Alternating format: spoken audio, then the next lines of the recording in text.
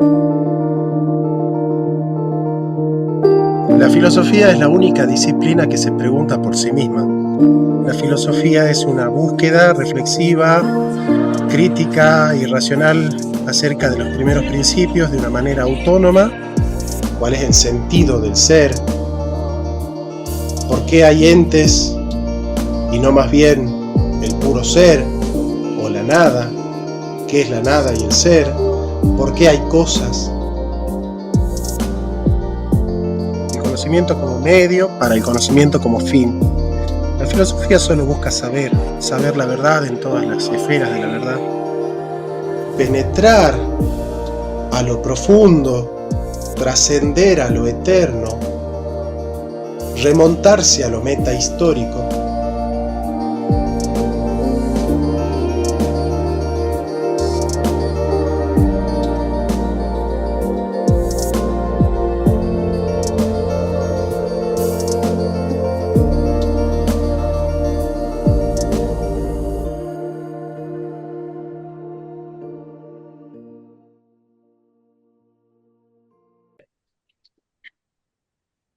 A ver si llegamos a entender al protestantismo. Dejen que ponga bien esto, que no sé cómo es la historia esta. A ver.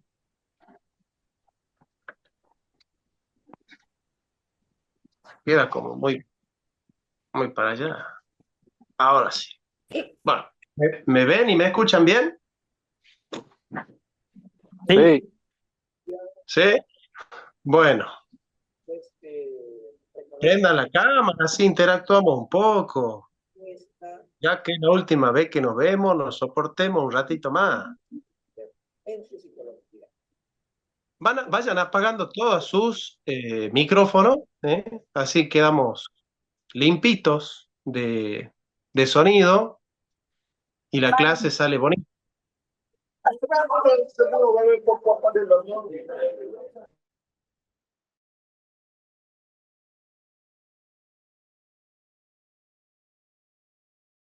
Bueno, ya tenemos todos los microfonitos apagados. Bueno, vamos a estudiar las ciencias divinas. La ciencia divina. Ustedes saben que Dios es un ser, es una persona divina, y es persona porque es un ser racional. Y los seres racionales tienen una facultad que es la de poder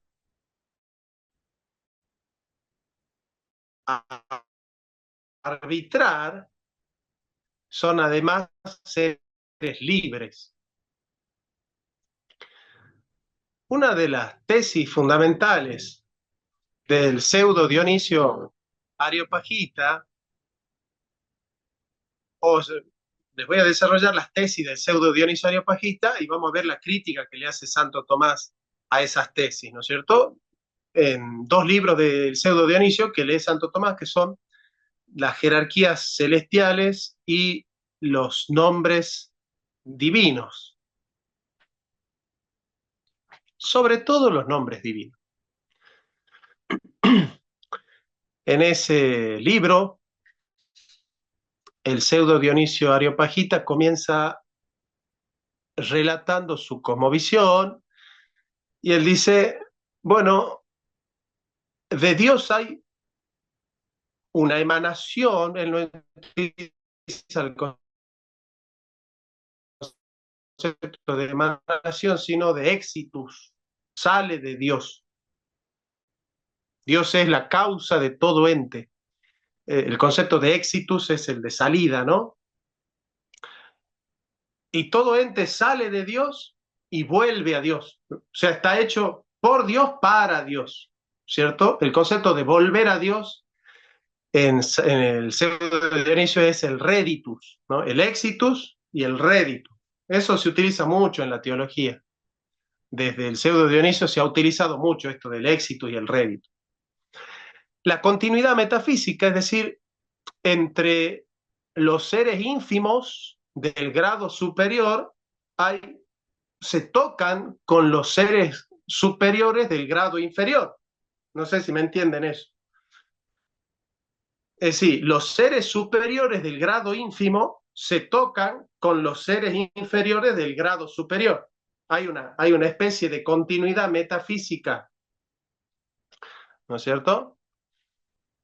Pero entre toda esa escala y Dios hay una discontinuidad metafísica. Es interesante, ¿ven?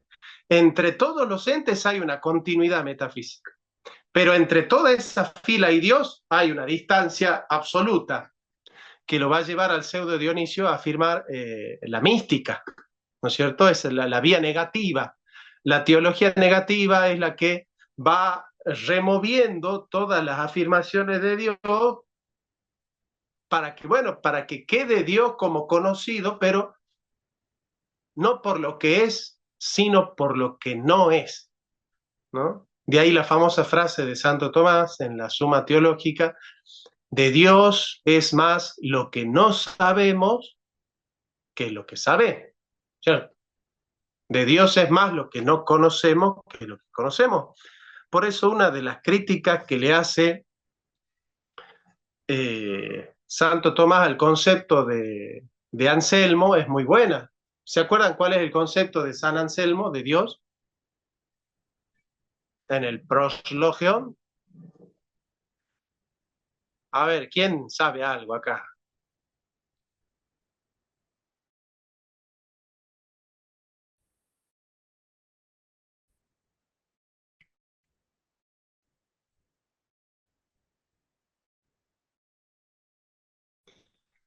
¿Qué concepto de Dios lanza? Bueno, Anselmo dice: Dios es aquello mayor que lo cual nada puede ser pensado. Pero parecería que los límites de esa trascendencia son los límites del conocimiento. En cambio, Santo Tomás dice: no, Dios no es solo el ser mayor que lo cual nada puede ser pensado. Dios es el ser mayor que lo cual nada hay. O sea que los límites de la trascendencia no son solo los límites del conocimiento, sino los límites de la propia seidad del ente, de la propia ontología del ente. Pero una de las tesis polémicas del pseudo Dionisio, que va a criticar en la Suma Teológica, cuestión 27, Santo Tomás, es la del amor necesario. Recuerden la famosa frase de San Agustín, ¿no? Bonum est diffusivum sui, ¿no? Y en ese concepto el pseudo Dionisio dice, en uno de los capítulos de los nombres de Dios, que el amor de Dios, no, como el amor de Dios no permanece infecundo, era necesario que Dios cree el universo. Dios tenía que crear el universo por necesidad, ¿cierto? Entonces, Santo Tomás le va a hacer una crítica. Vayan apagando, por favor.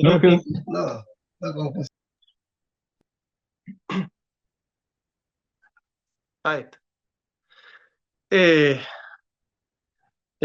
Santo Tomás va a decir, bueno, pero entonces Dios no tiene libertad. O sea, el acto de creador de Dios no es un acto de amor libre, sino de un amor necesario. Y eso atentaría en contra de la libertad de Dios. Entonces, lo que quiere resaltar la creación, el acto de creación, es un acto libre. Bien, ahora, para ser libre tiene que ser racional. Dios nos crea por un acto de su inteligencia y de su voluntad. ¿Qué clase de inteligencia es la que utiliza Dios para crear a los entes? ¿No es cierto? Para crear, para participar a los entes, para comunicar el ser a los entes. Primero vamos a estudiar la ciencia de pura inteligencia. ¿En qué consiste la ciencia de pura inteligencia? Santo Tomás, esto lo desarrolla en la Suma contra los Gentiles, ¿no? Él dice, la ciencia de pura inteligencia es la ciencia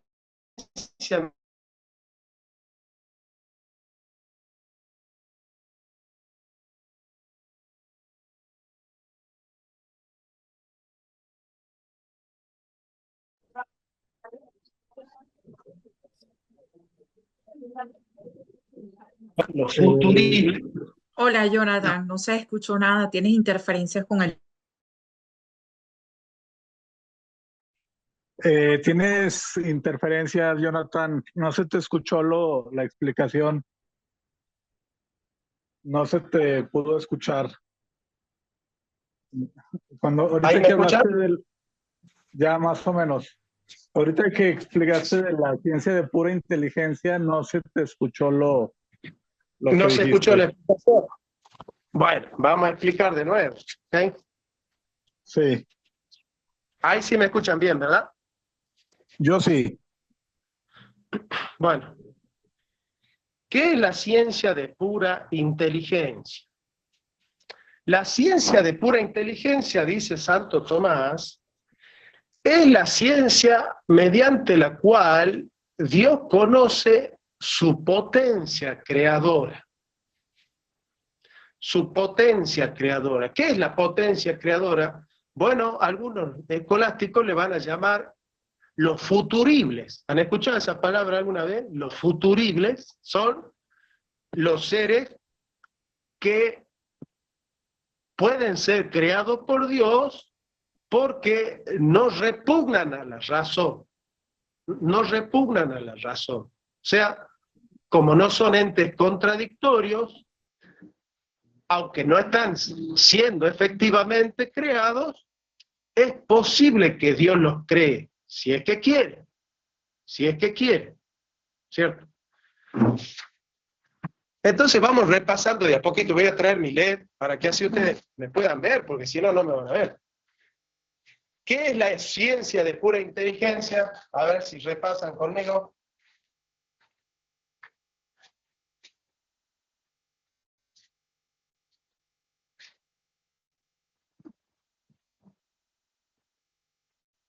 ¿Me escuchan ahí? Sí, bien. Entonces me quedo acá nomás. Pasa que acá estoy en mi escritorio, entonces. ¿Alguien quiere repasar? La ciencia de pura inteligencia es la ciencia mediante la cual Dios conoce su potencia creadora.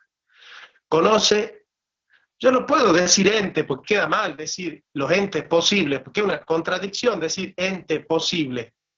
¿No es cierto? No, no existe el ente posible. Si es ente ya no es posible. Y si es posible no es ente. Entonces, digamos, las esencias posibles, ¿no? Ahí está.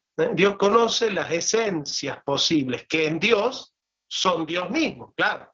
Ustedes saben muy bien que una idea en la mente de Dios es Dios mismo, no tiene su propia sustancialidad, sino que subsiste en la sustancialidad de Dios, o sea, es parte de Dios mismo. Bueno, esa es la ciencia, ¿no es cierto? La ciencia de pura inteligencia. Les pregunto, en la ciencia de pura inteligencia, ¿hay concurso de la voluntad o al parecer no? ¿Qué les parece a ustedes? ¿Que sí o que no?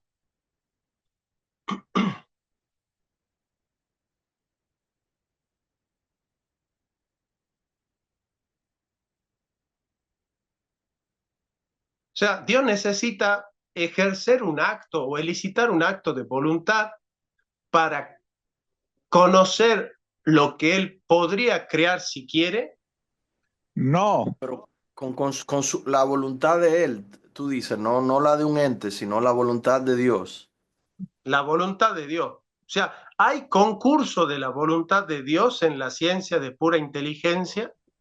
no. No, Él no ha querido nada. Es solamente lo posible, una potencia. No, no hay un acto de la Muy bien, voluntad. muy bien. Tu respuesta es mejor que la de Arturo, que enojado prende y dice, no, así, no, dice. No. Bueno, por eso se llama pura inteligencia, ¿se dan cuenta? La ciencia de pura inteligencia. O sea, siguiendo el lenguaje reformado, de sola inteligencia, si se quiere ahí, ¿no? El lenguaje de sola inteligencia. Bueno,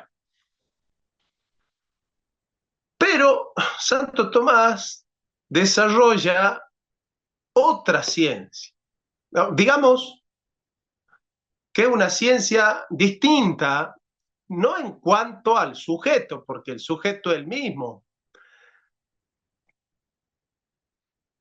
Lo que va a cambiar en la ciencia es el objeto y la forma de conocer al objeto. No cambia el sujeto ni la actividad, porque la voluntad de Dios es una sola. O sea, no se confundan. Cuando nosotros estamos diciendo que vamos a hacer una distinción, esa distinción se da porque los objetos son queridos de distintas maneras, pero no porque son queridos con facultades distintas. No son tres facultades distintas. ¿Sí? O sea, no salgan de acá diciendo, el profe Jonathan Ramos enseñó que Dios tiene tres voluntades, ¿no? ¿Se entiende? O tres inteligencias, no. Son tres modos en los cuales se elicita una sola facultad.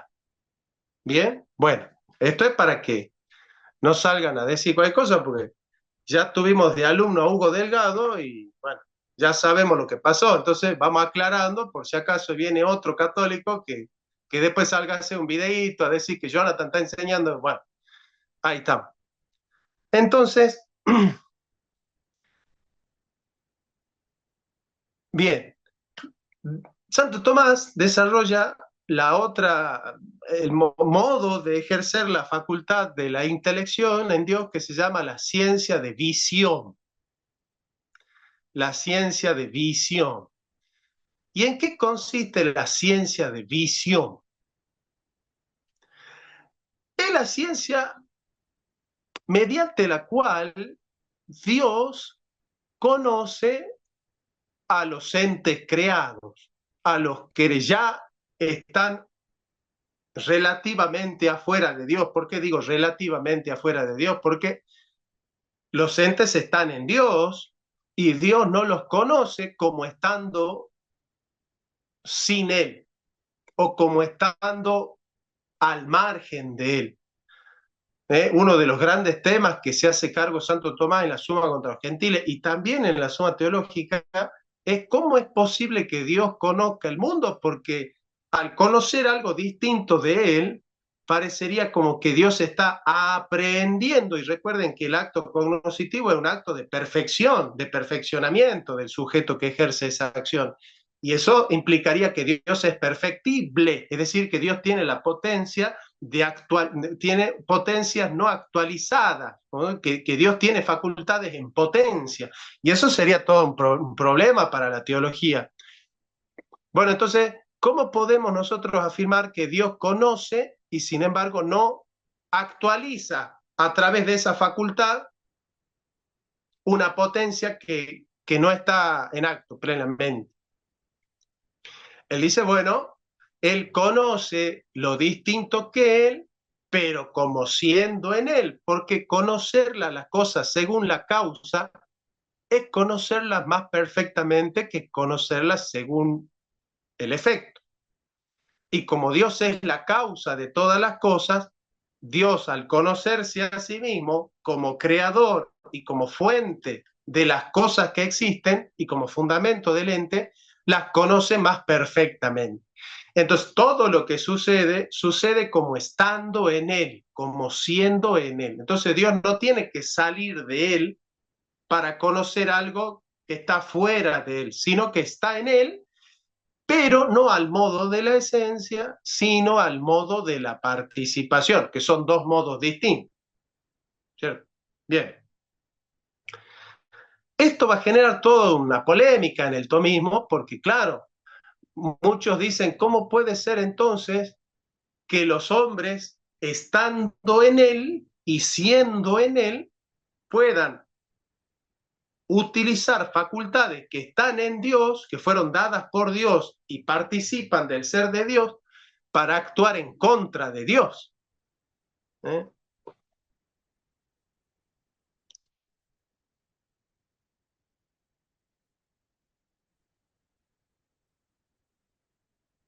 Por eso, para Santo Tomás, el acto de libertad es un acto en el que el hombre participa más plenamente del ser de Dios, en el acto libre, porque en el acto libre el hombre es co-creador, porque incluso tanto que el hombre podría, estando en el ser de Dios, participando del ser de Dios, actuar en contra de Dios mismo en el pecado.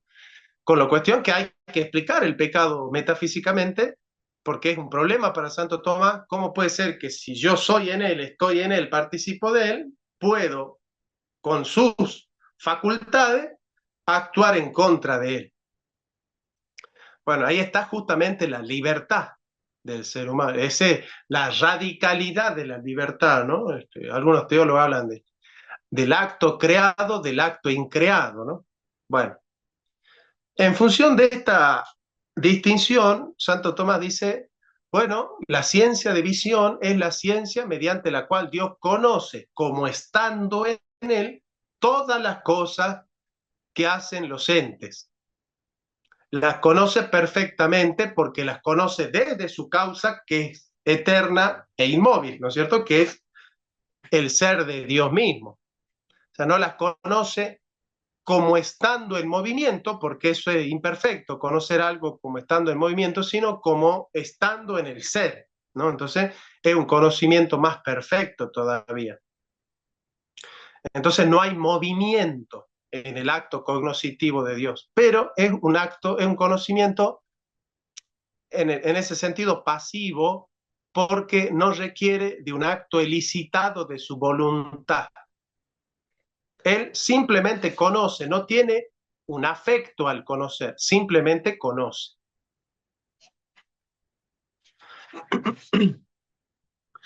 Esa es la ciencia de visión, ¿sí? Entonces ya tenemos la ciencia de pura inteligencia y la ciencia de visión. ¿Estamos bien hasta ahí? Así ya vamos a la tercera ciencia y después ya pasamos a Molina. ¿Entendieron bien estas dos ciencias? La de pura inteligencia, o yo le voy a bautizar la sola inteligencia, y la de visión. Bueno, yo calculo que si no me dicen nada es porque sí están entendiendo. Fíjate Quiero que suponer. también ahí está luego el tema de la variedad, ¿no? Que también es como un tema que confunde mucho a las personas que están, digamos, que no tienen mucho contacto con la teología. Y es un tema Ajá. ahí de la ciencia de visión que también como que confunde mucho, ¿no? ¿Qué cosa? Discúlpame. El tema de la valio, ¿no? De la ciencia de visión. O sea, de cómo es que el conocimiento en el ente no está actualizando a Dios. O sea, ¿por qué hay voluntad en el ente? Acciones y voluntad. Y eso no implica que el ser esté en potencia, digamos. Bueno, más o menos ya lo explicamos, ¿no? O sea, Dios no ejerce un movimiento a la hora de conocer, porque justamente Él conoce las cosas de la manera más perfecta, que es conocerlas en su causa primera. Y como Dios es su causa primera, las conoce como siendo en Él y estando en Él, ¿no es cierto? Recuerden el éxito y el rédito, ¿no? Si Dios es el éxito y el rédito de todo, efectivamente Dios conoce más perfectamente todo al conocerse como causa de todo, ¿me entienden? Bueno, no nos perdamos en otras diatribas. Vamos a la ciencia de aprobación.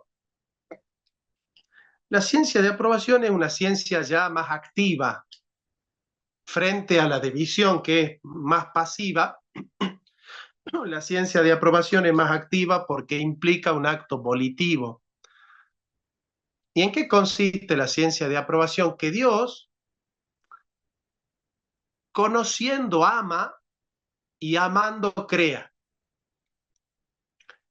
Se le llama también la ciencia amorosa o ciencia de aprobación. ¿Sí? Esa es la ciencia con la cual nosotros fuimos creados. Nosotros no fuimos creados con la ciencia de pura inteligencia o con la ciencia de visión. Nosotros fuimos conocidos y siendo conocidos fuimos amados. Recuerden que San Pablo dice en Romanos 8:28, a los que antes conoció, a esos los predestinó. Y la palabra es prognosis, ¿sí? Esa palabra no es solo meramente intelectual, ¿o sí? Cuando Dios dice, cuando San Pablo dice a los que antes conoció, ¿está hablando de un conocimiento meramente intelectual o de un conocimiento amoroso cuando dice a los que antes conoció? Porque la pregunta sería, claro, la pregunta sería, ¿y qué a los otros que no los creó, no los conocía? Sí los conocía, porque en la ciencia de pura inteligencia, Dios no solo conoce los entes creados, sino aquellos que Él podría crear, ¿se entiende?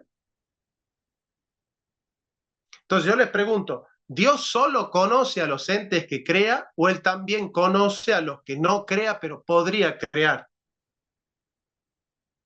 Claro, conoce a los que crea y también a los que no crea pero podría crear.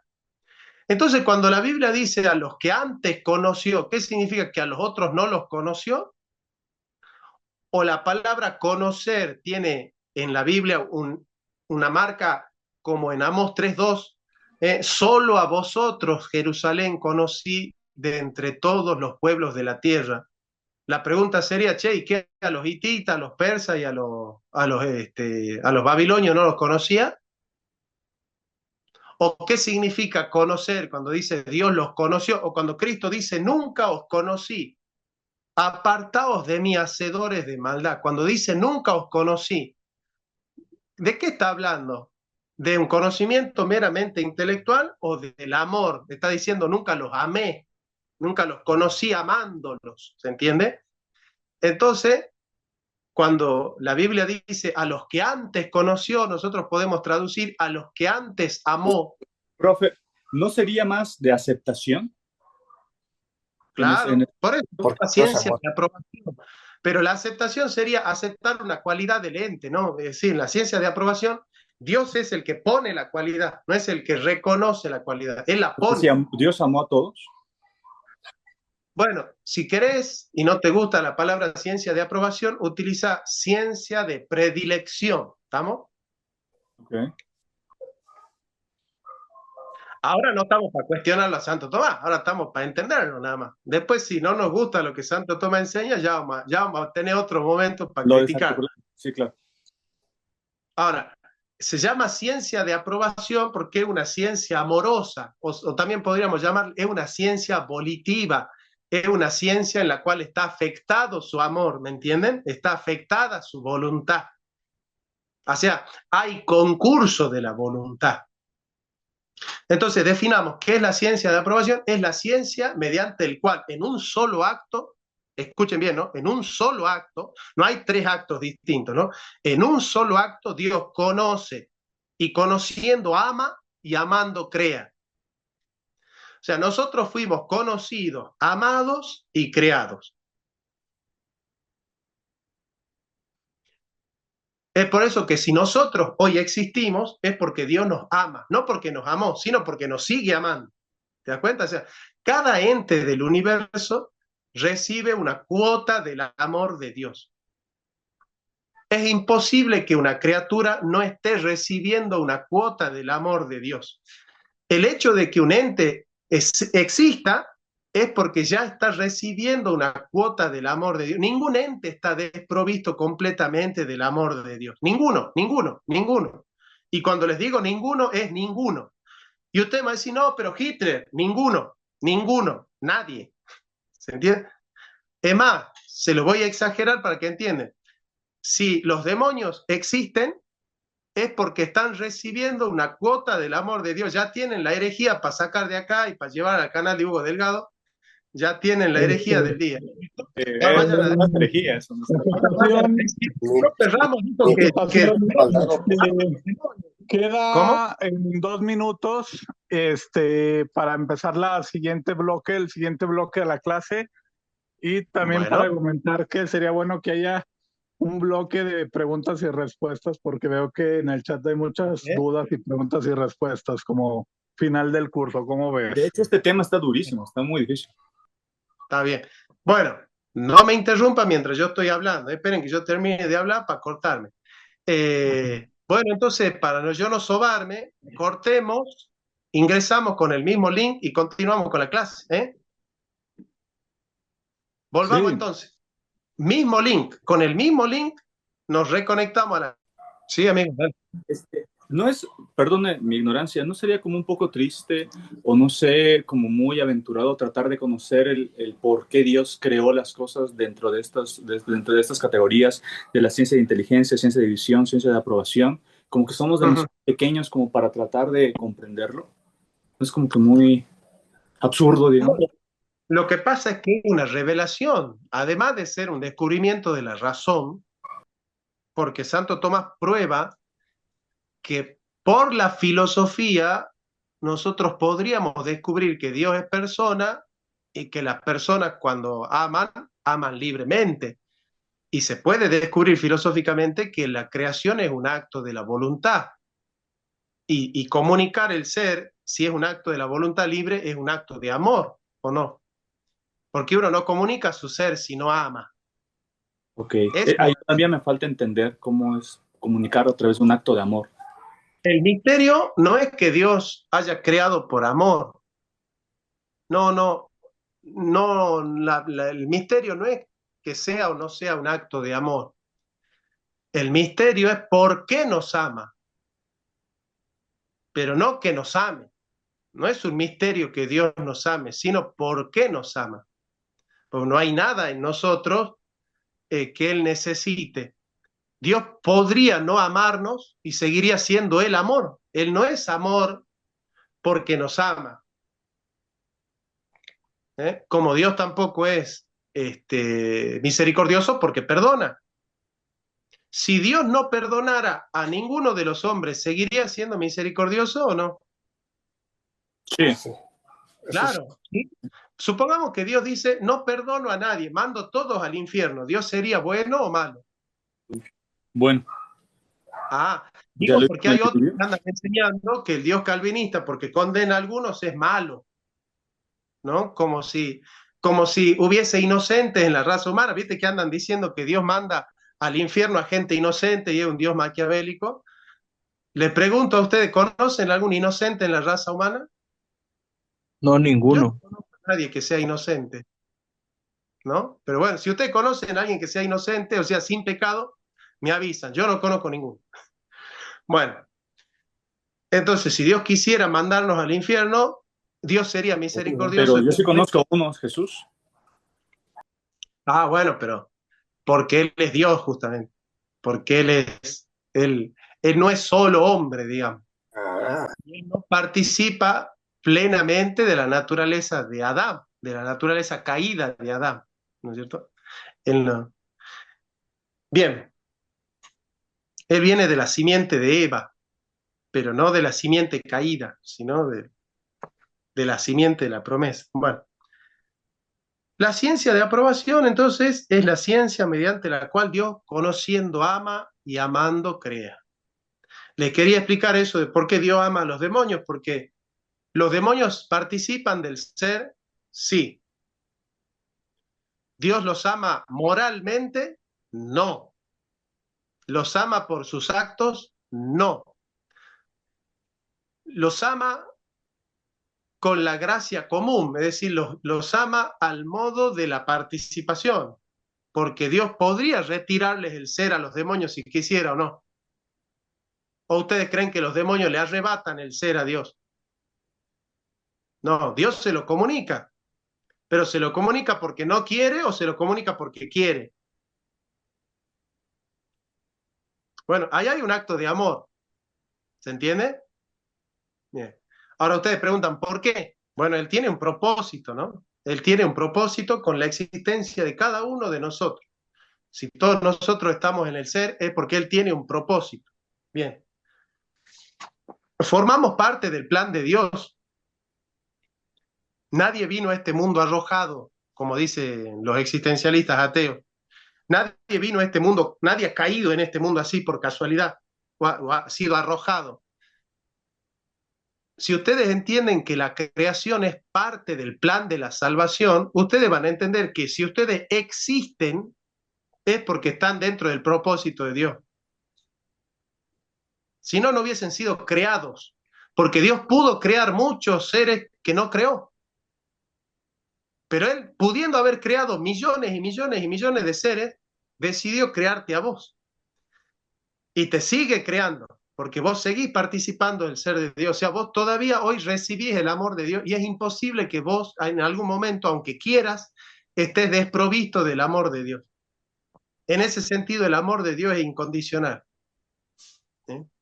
Es incondicional. Bueno, eso uno cuando entiende bien esas cosas en Santo Tomás no tiene más que llorar, porque dice, qué maravillosa presentación del Evangelio que hace Santo Tomás cuando dice que nosotros estamos siendo amados.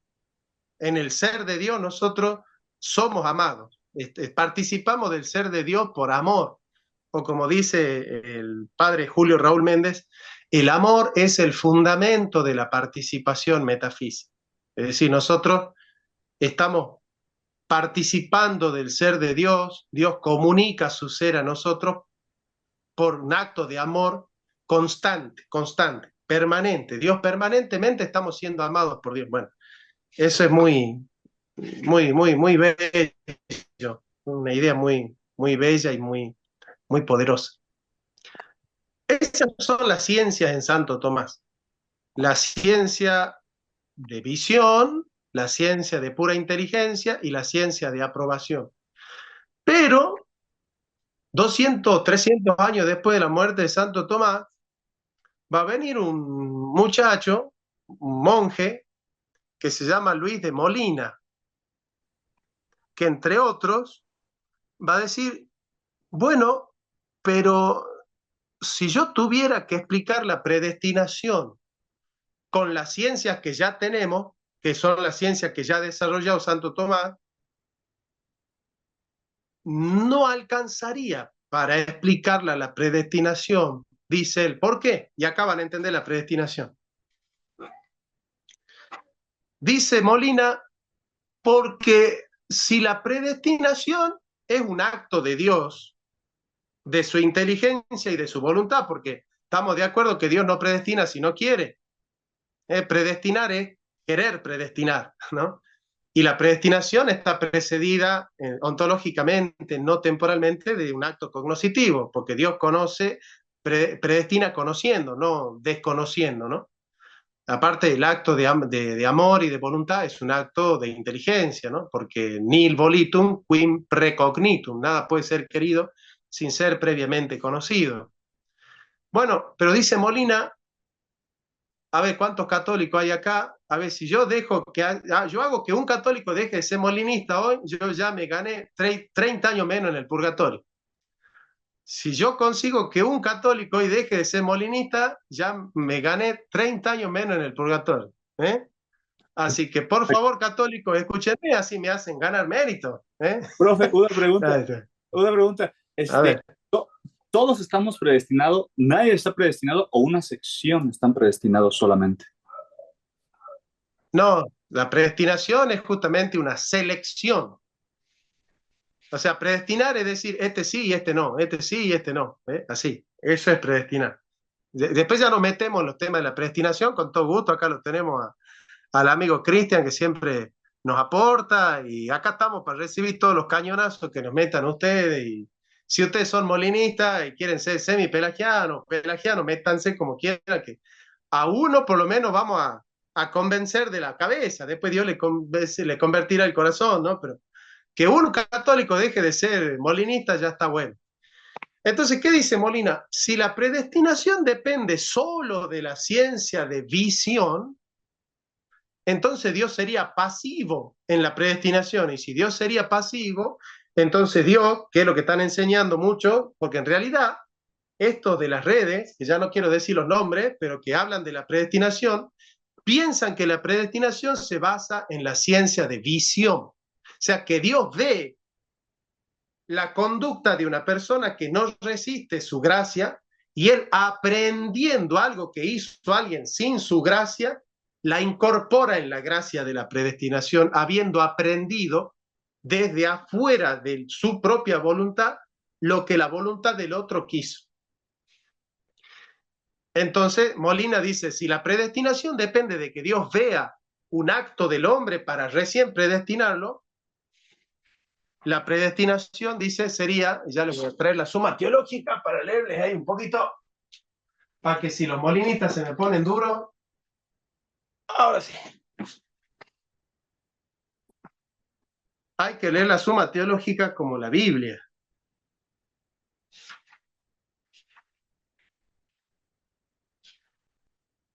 Dice Santo Tomás, le voy a leer. Dice, por eso hubo otros que dijeron, el efecto de la predestinación es una consecuencia de los méritos. ¿Ve?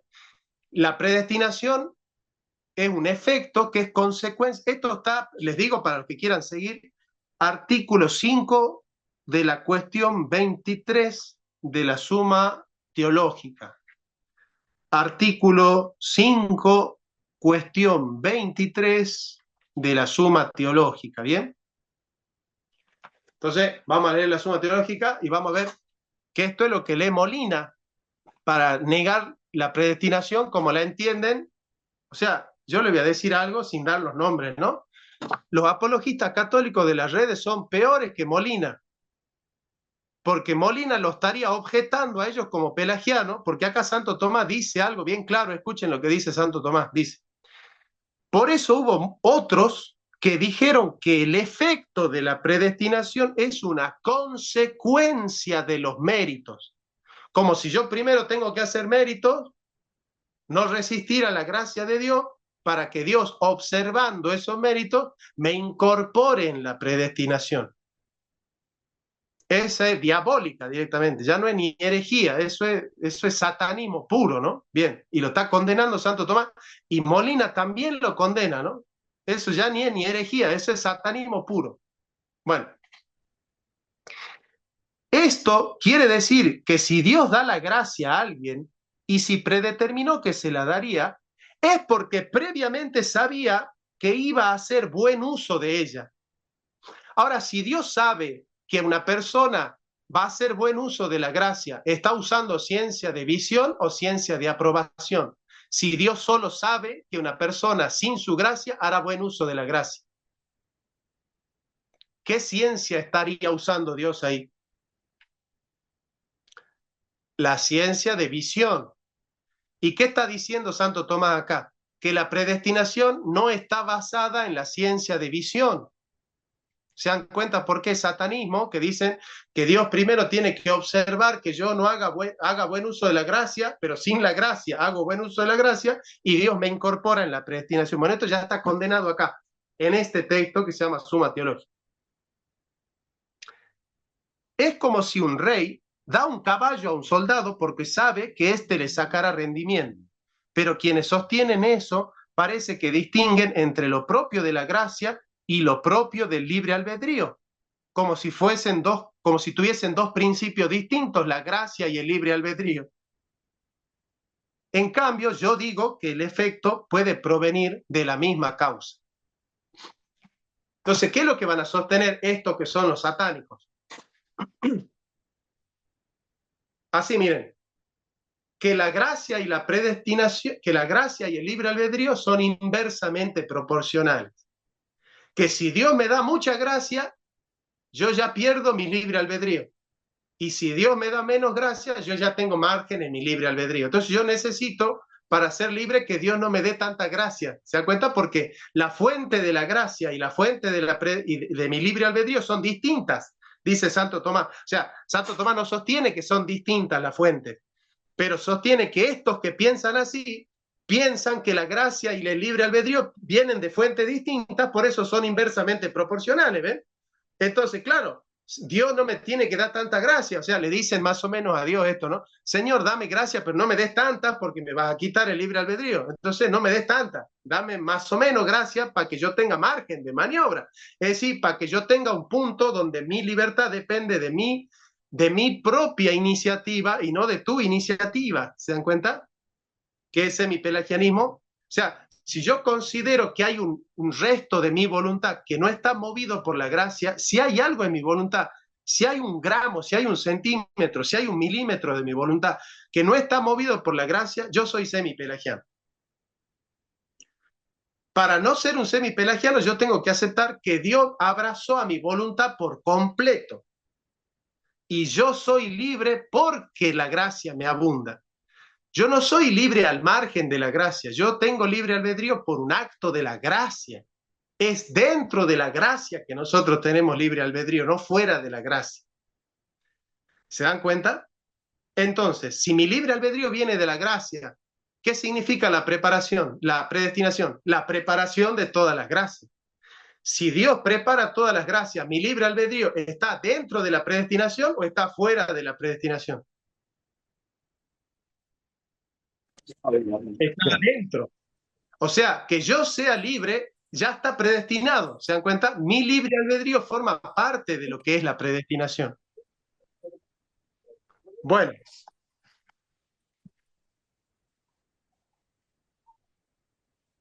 Por eso dice, es evidente que lo propio de la gracia es efecto de la predestinación. Y esto no puede ponerse como motivo de la predestinación porque está incluido en la predestinación. Por lo tanto, si por nuestra parte alguna cosa es motivo de la predestinación, eso sería anterior a la predestinación. Pero no es distinto lo que proviene del libre albedrío que lo que proviene de la predestinación. Pues la providencia divina produce efectos de las causas segundas, como ya se dijo. Por eso, lo que se hace por libre albedrío ya está predestinado. Che, están prendiendo el micrófono, no me perturben. Vamos, cierren los micrófonos.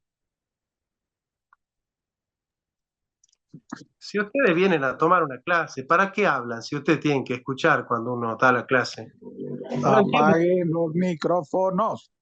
Esa gente que viene a la clase, pero en vez de escuchar a la clase, pone a hablar con la gente, con los primos, con los tíos, y prenden el partido. Había uno que entraba a la clase y se ponía el partido de River ahí, escuchaba el partido. Bueno, nunca voy a entender, no entré a la clase directamente. Bueno. ¿Me van entendiendo? Entonces, ¿qué dice Molina? Molina dice, no, yo no podría decir, leyendo esto de la suma teológica, que la predestinación depende de la ciencia de visión. No puede ser. No puede ser de la ciencia de visión. ¿Qué hace Molina? Descarta esa tesis. Que sería bueno que al menos sean molinistas estos de las redes, porque por lo menos descartarían esa teoría que ellos tienen, ¿ves? Porque Molina descarta esa tesis. Molina los trataría de semipelagianos. Bueno. Ahora, entonces, ¿qué dice Molina? Bueno, me queda la ciencia de aprobación, pero en la ciencia de aprobación ya Dios, de antemano, Él ya dispone todo por su voluntad, con lo cual ya no tendría yo libre albedrío. ¿Ven? Entonces él dice, no puede ser la de visión. La de pura inteligencia menos, porque la de pura inteligencia no implica su voluntad, pero la predestinación es un acto de la voluntad. Eso lo explica Santo Tomás en las cuestiones disputadas sobre la voluntad de Dios. ¿Sí? La predestinación es un acto de la voluntad de Dios. Bueno, entonces, listo, no puede ser de pura inteligencia, ¿no? Bien, la de visión tampoco. Y dice Molina, la de aprobación tampoco, que es la que usa Santo Tomás. O sea, Santo Tomás dice que la predestinación depende de la ciencia de aprobación, de una ciencia amorosa, y Santo Tomás le llama, el padre Garrigou-Lagrange le llama ciencia de predilección. Ciencia de predilección.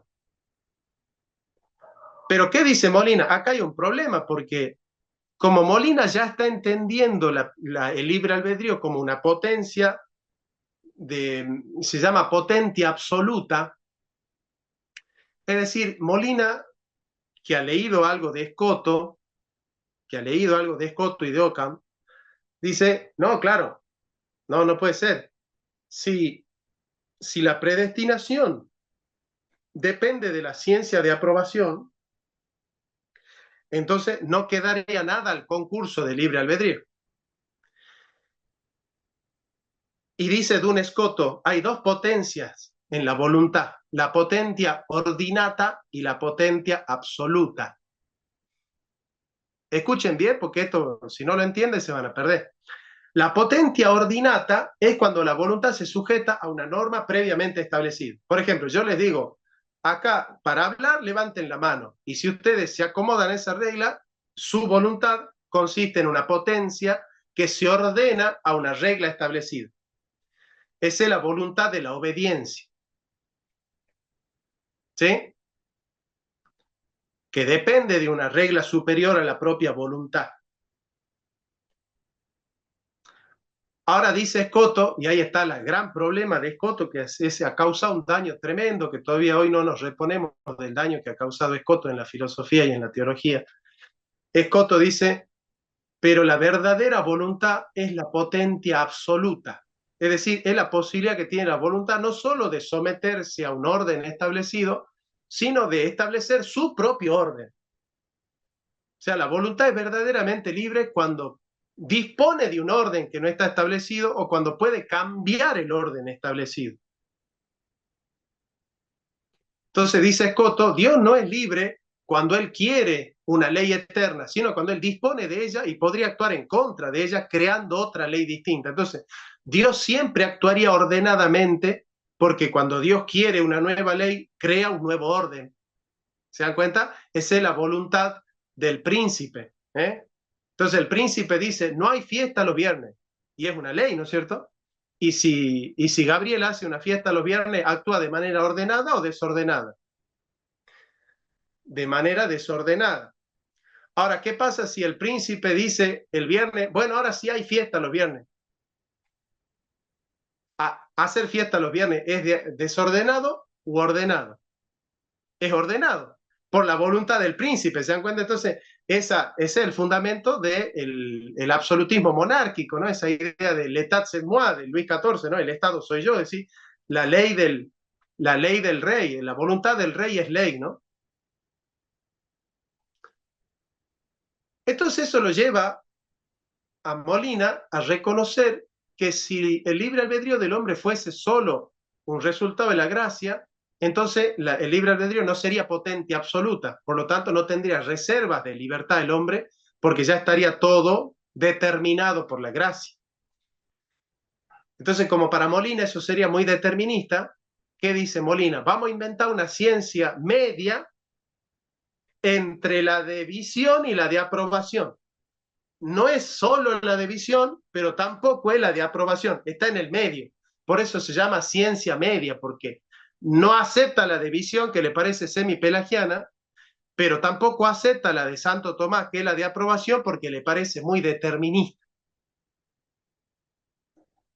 ¿Se entiende? O sea, lo que dice siguiendo a Scoto, lo que dice Molina siguiendo a Scoto es, si el libre albedrío del hombre viene 100% de la gracia, entonces no es libre albedrío, porque el hombre no podría disponer de un orden distinto al que ya está establecido por Dios. ¿Se dan cuenta? Está entendiendo la libertad como negativa, está entendiendo la libertad como la posibilidad de actuar en disconformidad con Dios. Cuando para Santo Tomás la verdadera libertad es actuar en conformidad con Dios, no en disconformidad.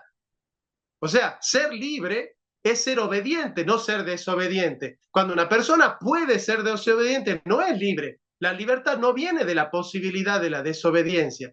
La verdadera libertad viene de la posibilidad de la obediencia.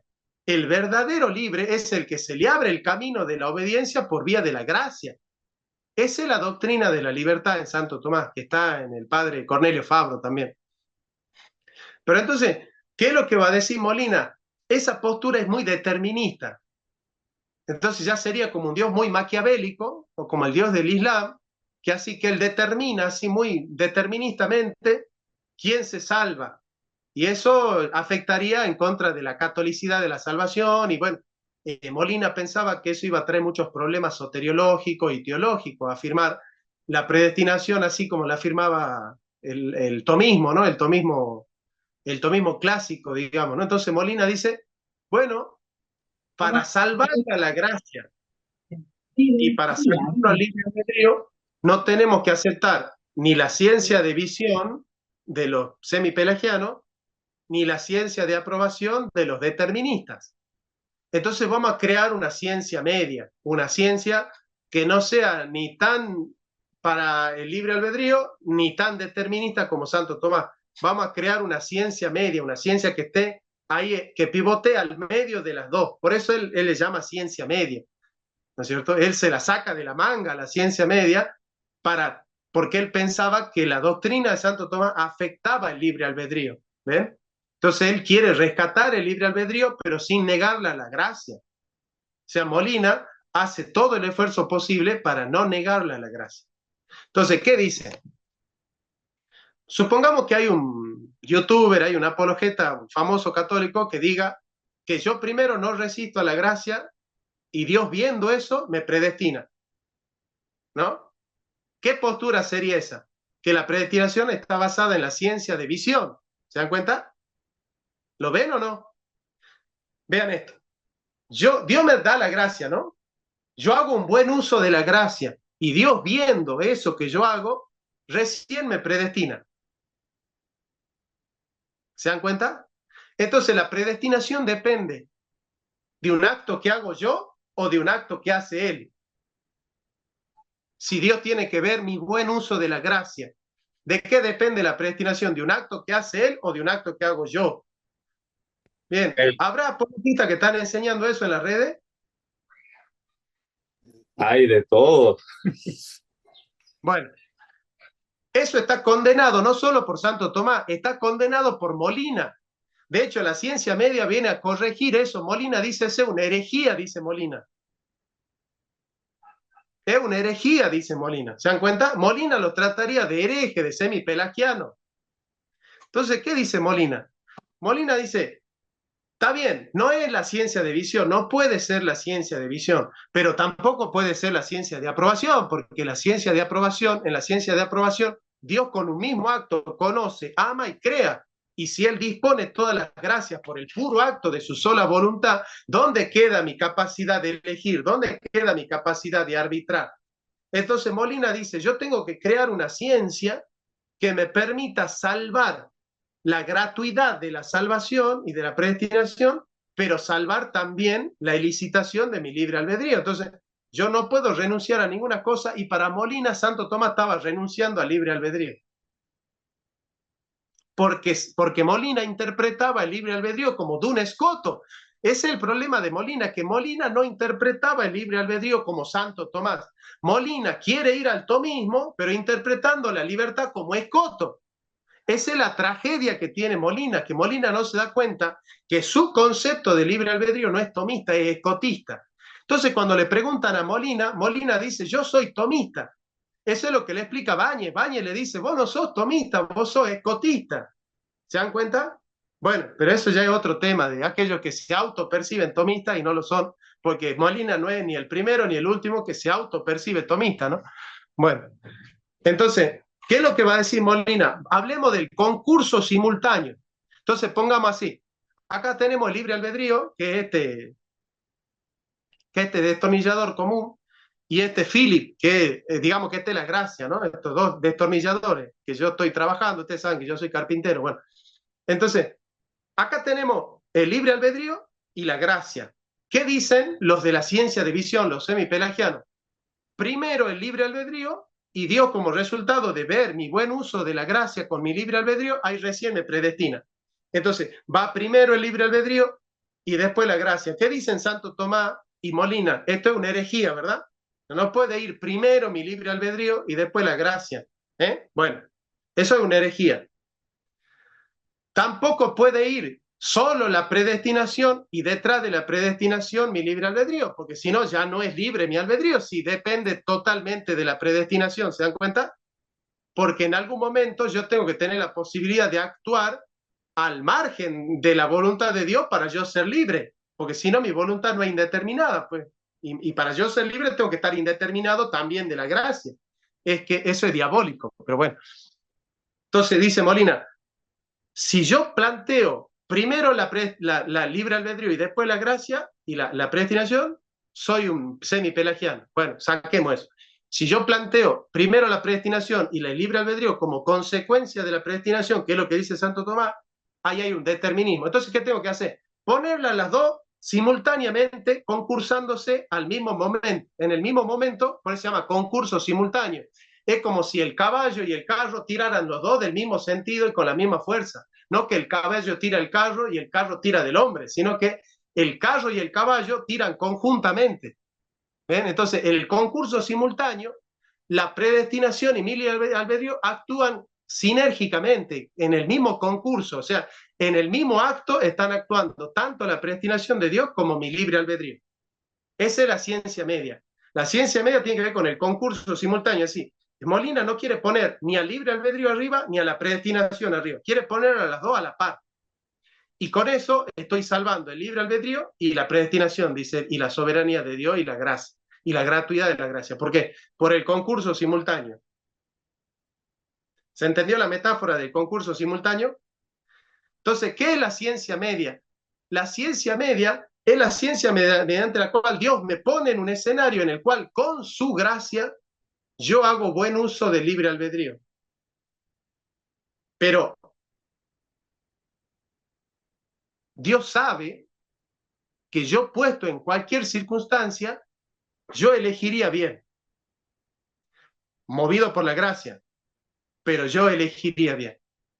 Entonces, como Él sabe que yo elegiría bien en un futurible, Él decide predestinarme. Entonces, de esa manera, se salva la predestinación diciendo que Él me pone en un escenario, que Él pone el escenario, y se salva el libre albedrío diciendo que yo optaría bien en ese escenario. Entonces, la predestinación tiene que ver con el escenario y con mi voluntad se juega el libre albedrío. Entonces, ahí están actuando en conformidad la predestinación y el libre albedrío. Al final, y Molina se entiende qué quiere decir. El mismo Belarmino dice, Molina no se le entiende nada, ¿viste? Y bueno, Domingo Báñez dice, realmente esta es una cosa que no se entiende, porque realmente le preguntan a Molina, ¿pero qué quiere decir eso? Y tampoco, no puede explicar mucho, porque dice, bueno, pero si esta libertad es libre, ¿está al margen de la predestinación o depende de la predestinación? Porque si está al margen, entonces también sos semipelagiano.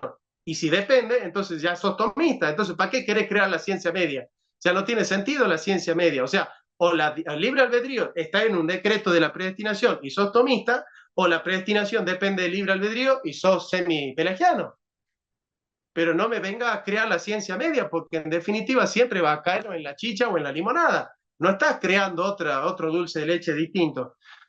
Bueno, entonces ahí está el problema del molinismo, que crea la ciencia media, que es una ciencia entre la predestinación y el libre albedrío, perdón, entre la ciencia de aprobación y la ciencia de visión, es una ciencia que está ahí, que quiere quedar bien con el tomismo y con los semipelagianos, que a los semipelagianos les quiere decir, yo respeto el libre albedrío como lo entiende Escoto, y a los tomistas le quiere decir, yo entiendo la gracia en Santo Tomás, la prima secunde. Entonces, bueno, ese es el molinismo. Ese es el molinismo. Y si alguno de ustedes era molinista, ahora mismo se arrepiente y lo bautizamos acá en el patio, no hay problema. Bueno, hasta acá la clase. Ahora yo lo quiero escuchar. Antes que escucharlo a ustedes, quiero ver a mi amigo Cristian. Si, amigo, tenés alguna opinión, alguna postura para sumarle a este debate, ¿no? A estas cosas que ha querido hacer Molina con la ciencia media. Sí, no, lo de... ¿se me escucha bien? Sí. Se escucha perfecto. Sí, sí, no, magistral, o sea, de verdad un resumen perfecto. Después hay mucha terminología filosófica que Molina usa como para tratar de librarse de todos los problemas, donde él se mete, por eso es que Suárez y Belarminio lo abandonan y dicen, miren, olvidémonos de este muchacho, vamos a quedarnos con la idea de ciencia media y vamos a hacer mejor teología y mejor filosofía que la que él hace, pero se quedan con el concepto de ciencia media y lo más resaltable es eso, cómo a Molina le pesaba el semipelagianismo y no quería ser semipelagiano, pero lamentablemente, como tú dices, no termina logrando ninguna de las dos cosas y se queda con un lío grandísimo. Pero es subrayable eso, que Molina no quería hacer nunca que la predestinación dependiera del hombre. O sea, él lo que quiere es salvar el albedrío para que no, porque él entiende, como tú muy bien explicaste, que a Santo Tomás y a San Agustín hay que abandonarlo. O sea, a Belarminio y a Suárez eso no le pasaba de ninguna manera y por eso es que ellos tratan de reconstruir el sistema. Pero Molina está claro que la de San Agustín y de Santo Tomás se llega a una sola conclusión. Eso no lo tienen claro los apologistas de hoy y por eso es que viven intentando vergonzosamente traicionar a Santo Tomás sin decir que lo están traicionando. Porque si vamos al principio, cuando tú explicaste lo de la ciencia de Dios, o sea, Dios es la causa de todo lo que existe. O sea, ahí deberían acabarse todos los debates. O sea, todos los debates deberían acabarse. ¿Y cómo Dios puede garantizar, cómo Dios puede saber que una voluntad va a actuar de cierta manera? Porque Él va a propiciar todo lo necesario para que esa voluntad se mantenga en lo que Él quiere. El mal, como Él no lo quiere, lo que lo vaya a permitir. Pero tiene que haber un decreto permisivo de Dios para que la criatura pueda hacer algo que Dios no quiere que la haga, que no quiere, eso es vital. Pero si yo le pudiera agregar algo a todos los católicos que nos ven, nunca traten de resolver este problema con la misma vara. Hay dos economías totalmente diferentes. Una economía para condenación, para la maldad, y otra economía para el bien. Para la maldad, el hombre se basta a sí mismo. Dios no tiene que hacer nada, ni darle nada, ni ponerle nada para que la criatura peque. Pero para que haga el bien, tiene que haber una ciencia de Dios, donde Dios desde la eternidad apruebe, quiera, sostenga, crea, ayude, complemente, eleve. Todo eso es imprescindible para que el bien suceda. Pero para que el mal suceda, la criatura se basta a sí misma. Ahí, Entonces, ahí está, Dios no lo condena. Eh, Eso yo creo que, interrum- ahí está la- odio interrumpir, pero queda un minuto para empezar el siguiente bloque. Bien, lo digo antes de que terminemos y terminamos. Y vamos con la otra clase. Dios a los réprobos los conoce con ciencia de visión, porque Él no tiene que querer los pecadores ni hacer los pecadores.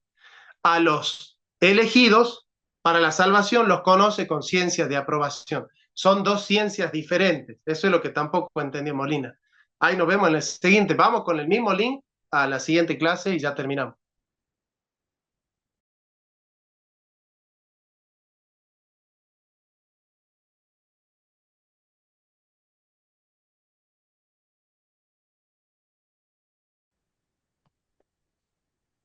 Entonces, ¿qué les quiero decir? Hay un texto que Molina leyó de la Suma Teológica que le pareció insoportable. Miren,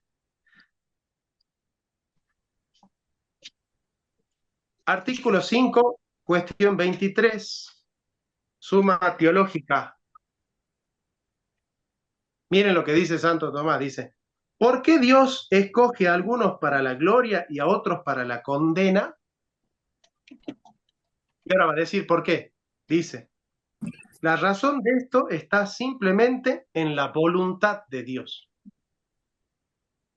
¿Qué significa? ¿Por qué Dios manda a algunos a la gloria y a otros a la condena? Es la voluntad de Dios, o sea, porque Él quiere. Y lo dice San Pablo, ¿no? Lo dice San Pablo en el capítulo 9, que los semipelagianos que intentan debatir contra la reforma se dan cosas contra el aguijón porque no pueden explicar el capítulo 9 de San Pablo, cuando San Pablo dice, antes de haber nacido Esaú y Jacob, yo amé a Jacob y odié a Esaú. ¿No? No habían hecho ni bien ni mal para que el propósito de Dios conforme a la elección permanezca, no por las obras, sino por el que llama. Se le dijo el mayor servir al menor. Entonces, los católicos semipelagianos que aprenden catolicismo con los de las redes, cuando San Pablo dice eso, yo no escuché a ningún católico decir amén. Ustedes saben que cuando yo debato con los semipelagianos, con los católicos semipelagianos, y les lanzo este texto, no hay ningún católico que diga amén. le dicen amén a todos los textos de la Biblia, pero a ese no. No le pueden decir amén porque saben que ese texto no está hablando. ¿Crees que nos interesa que está? ¿De qué habla Arturo? ¿Quién está con la novia? No entiendo. No, es que teniendo el micrófono prendido le digo a Daniel que lo apague. Ah, bueno. Entonces dice, miren lo que dice San Agustín, Santo Tomás lo cita, dice, por eso en Super Ioane, sobre el Evangelio de Juan, dice Agustín, ¿por qué a este y por qué no a aquel? No quieras juzgarlo si no quieres equivocarte.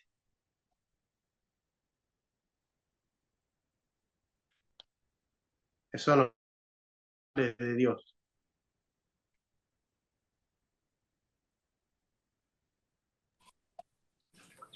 Mira lo que dice.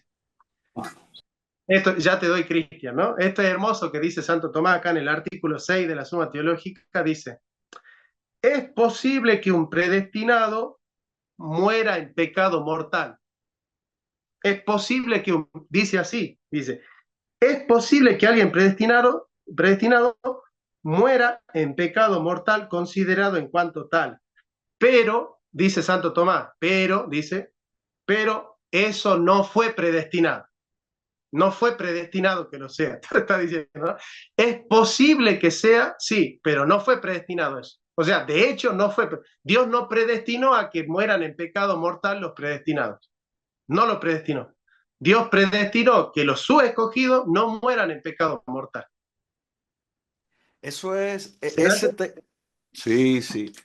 Ese texto es vital para entenderlo todo, sobre todo al que le molesta la doctrina de la predestinación tomista, porque en la versión católica tenemos diferencia, ¿verdad?, con las otras denominaciones, pero en la versión católica Dios nos ama a todos, Dios real y efectivamente quiere la salvación de todos, Dios a todos de una u otra manera le da cierta oportunidad de que acepten. Y obviamente aceptan solamente porque Él preparó esa aceptación. Ahora, la diferencia entre un grupo y el otro es que Dios a los predestinados no le va a tolerar de ninguna manera que los alcance la muerte en pecado mortal. Van a caer 8.000 veces y Dios los va a levantar 8.001 para que mueran en gracia y se salven. Ese es el grupo de los predestinados, así es que nosotros lo entendemos. Sin embargo, a los otros van a caer por su propia cuenta, no porque no están predestinados. Van a pecar de sí mismos porque a ellos les da la gana. Su pecado es suyo, no de Dios. Dios no está haciendo nada para que ellos pequen. A contrario de Molina, que esto es lo peor del molinismo, Dios no preparó un universo o un mundo donde el no predestinado no tenía la posibilidad de salvarse. Eso es horroroso, eso es lo peor que tiene el molinismo. Pretendiendo corregir a Santo Tomás, crean un universo peor que el que ellos están tratando de corregir, porque lo que Molina dice es, Dios preparó esto y esos no tienen ninguna posibilidad de salvarse. Porque en ese mundo que Dios creó no hay forma de que ellos acepten la gracia. Entonces, cuando Bañez lo presiona, Molina lo que dice, bueno, lo que pasa es que ellos lo rechazan por su propia voluntad. Y la respuesta de Bañez es, pero eso es lo que nosotros decimos. ¿Para qué tú tienes que inventarte un mundo donde él no se puede salvar cuando Santo Tomás dice que sí, que él tiene la posibilidad de salvarse, pero que si no se salva es por su culpa? Entonces, lo más chulo de la predestinación católica es que nosotros lo que decimos es que hay un grupo al que Dios no le va a tolerar que sigan pecando, pero hay otro grupo al que Dios le va a tolerar su pecado. O sea, Dios no los está impulsando a pecar, Dios no lo creó. Y una última cosita que cuando yo digo que se escupe para arriba, nosotros los católicos pensamos que todos los que nacieron se van a condenar. O sea, uno nace inclinado a condenarse. Eso lo pensamos los católicos. O sea, nadie que nace con pecado original se puede salvar. Le creamos el limbo, que es un pedacito abajo del infierno. Eso hay que explicarlo bien, que por qué es un pedazo del infierno. Pero hasta el limbo para los niños que nacen en pecado original es que no van a ver a Dios, que no se van a salvar. Entonces, al que le parece que eso es horroroso es a Calvino, Calvino quiere decir, mira, los niños, yo no quisiera condenar a los niños. Entonces la doctrina católica es que todos nacemos condenados. Entonces a un grupo en particular, Dios no le va a permitir que caigan irremediablemente. A ese grupo, Dios siempre le va a dar una gracia efectiva para que se salven. Y ahí va, esa misma distinción que tú acabas de hacer, Jonathan, va con la gracia eficaz. Es decir, cuando Santo Tomás dice que un predestinado pudiera morir en pecado mortal, él dice, el poder sí puede.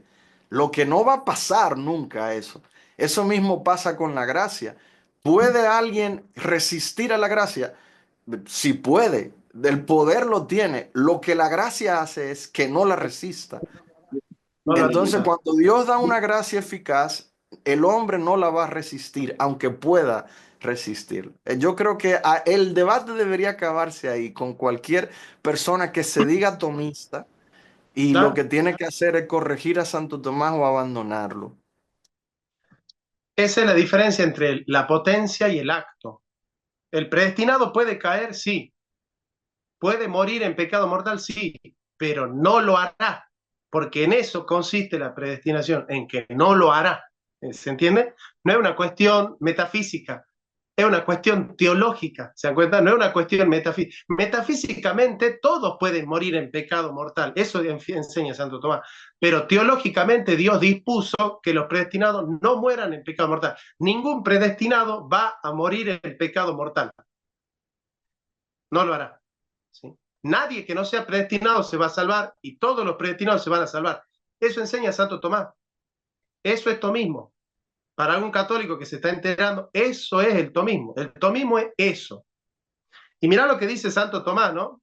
Como dando una profecía. Dice, hasta ahora nunca hubo alguien tan necio que dijera que los méritos son causa de la predestinación divina por parte de quien predestina. Esto es artículo 5 de la Suma Teológica. Pero lo que estamos tratando de resolver ahora es si la predestinación tiene alguna causa por parte de los efectos, o sea, el concurso simultáneo, ¿ves? Si es que hay alguna causa por parte del hombre en la predestinación. Y sigue diciendo, y esto es a analizar si Dios predeterminó que daría a alguien el efecto de la predestinación por algunos méritos. Y bueno, y ahí va saltando, ¿no? Pero después corrige, dice, ¿no? La providencia divina produce efectos por medio de las causas segundas, porque lo que se hace por libre albedrío ya fue predestinado. ¿Ven? Ya fue predestinado. Bueno, y entonces, ¿qué es la predestinación para Santo Tomás? Que Dios tiene un trato desigual a aquellos que eran iguales. A los que eran iguales, Dios le dio un trato desigual. ¿Por qué? Porque Él quiere. Ahora, ¿qué pasó con el molinismo y con el modernismo?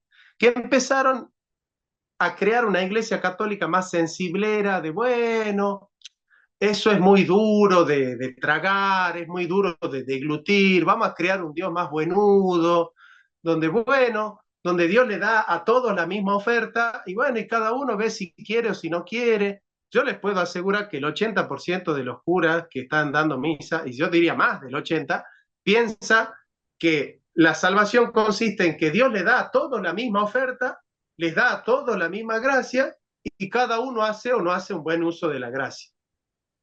Yo te puedo Más del decir que el 90% de los curas católicos enseña eso. ¿Qué decís, Cristian? Que más alto. Yo lo pondría por encima del 92. No, no sé si llega a 95, pero yo creo que tú juntas 100 sacerdotes y te va a encontrar que más de 92 esa es la versión que tienen. Entonces, yo les quiero explicar por qué yo en el debate con un apologista católico me basé en Santo Tomás. Porque Calvino no estaba en contra de Santo Tomás en estos puntos.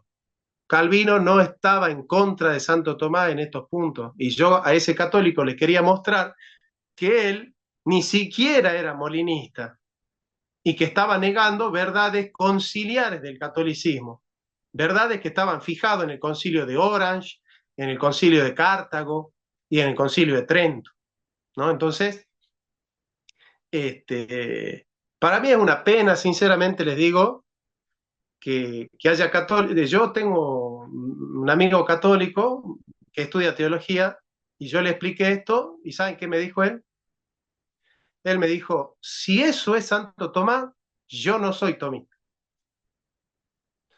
O sea, él prefería negar la doctrina de Santo Tomás que aceptar, eh, ese escándalo, ¿no?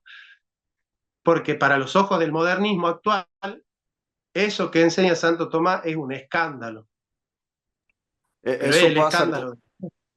eso pasa con Sí, San Agustín. El abandono de San Agustín ya es obvio. San Agustín es como una vergüenza para el católico modernista. Sépalo o no lo sepa que es modernista.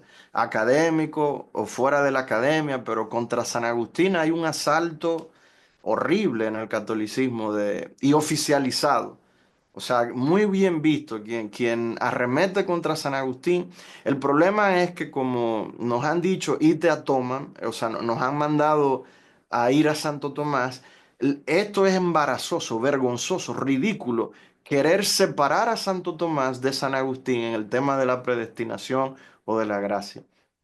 O sea, nadie discute que a medida que Santo Tomás fue envejeciendo, se fue poniendo cada vez más agustiniano, más radical, le sacó punta a San Agustín en muchos aspectos porque lo aclaró y lo dejó desarrollado mucho mejor que San Agustín.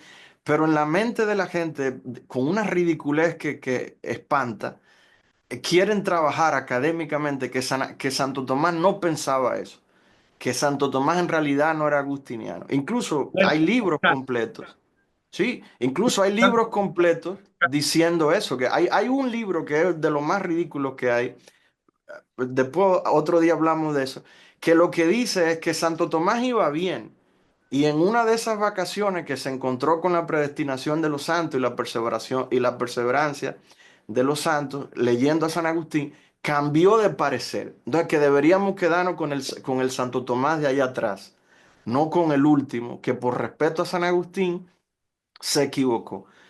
Eso tiene de dónde discutir, pero nadie, ni siquiera ese, niega que al final de su vida Santo Tomás era agustiniano como el que más. De verdad que es ridículo tratar de separar a Santo Tomás de San Agustín en este tema. es, es una pena. A mí no sé qué pasó. Es una pena. A mí me causa mucha tristeza eh, ver cómo la iglesia se fue apartando, ¿no? Del tomismo y no son honestos porque no queda bien decir niego a Santo Tomás, rechazo a Santo Tomás. Hasta hoy ya habría que valorar a alguien que es honesto y que dice no soy tomista ni me interesa el tomismo.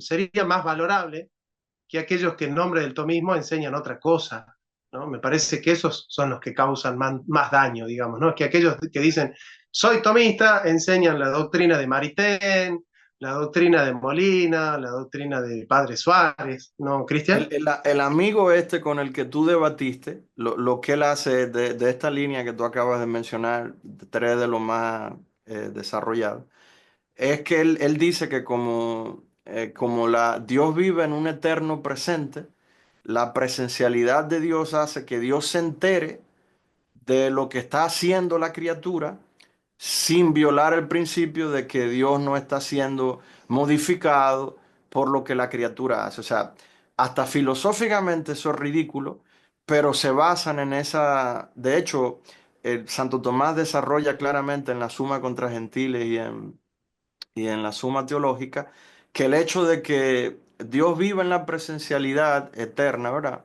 Y que ahí es donde Él ve las cosas, eso lo que elimina es la objeción de que por Dios conocerlo todo desde la eternidad, entonces la criatura no tiene libertad.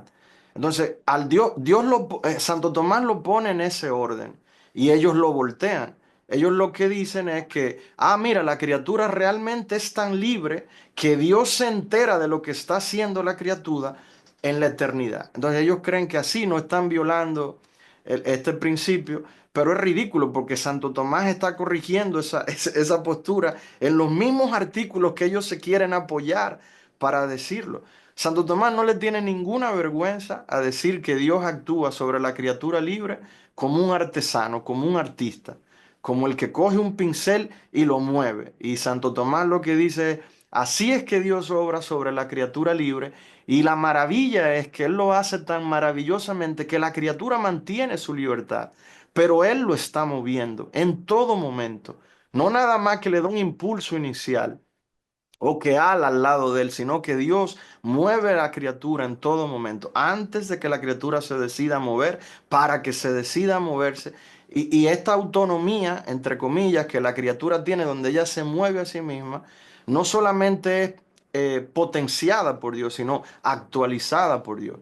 Eso lo dice claramente Santo Tomás, pero ellos quieren eliminar ese pedazo para decir que son tomistas, pero la versión que ellos tienen es una traición vergonzosa a Santo Tomás, pero se sienten obligados a, por respetar a Santo Tomás, seguir diciendo que son tomistas. Es así, y detrás quiero hacer un aspecto bien filosófico. Hay una superestructura en términos marxistas, hay toda una cosmovisión que se va cambiando, ¿no? Porque frente a este Dios, que Él, con su autoridad, con su soberanía, con su justicia, con su divinidad, con su majestad, Él es el que escoge y Él es el que garantiza la salvación de los suyos, es un Dios temible y un Dios insoportable, ¿no? Y, y se ha creado una superestructura donde este Dios que se predica ya no es un Dios temible, insoportable, que te hace temblar, que te hace humillar, que te hace... ¿Por qué Santo Tomás tenía experiencias místicas y de éxtasis con Dios?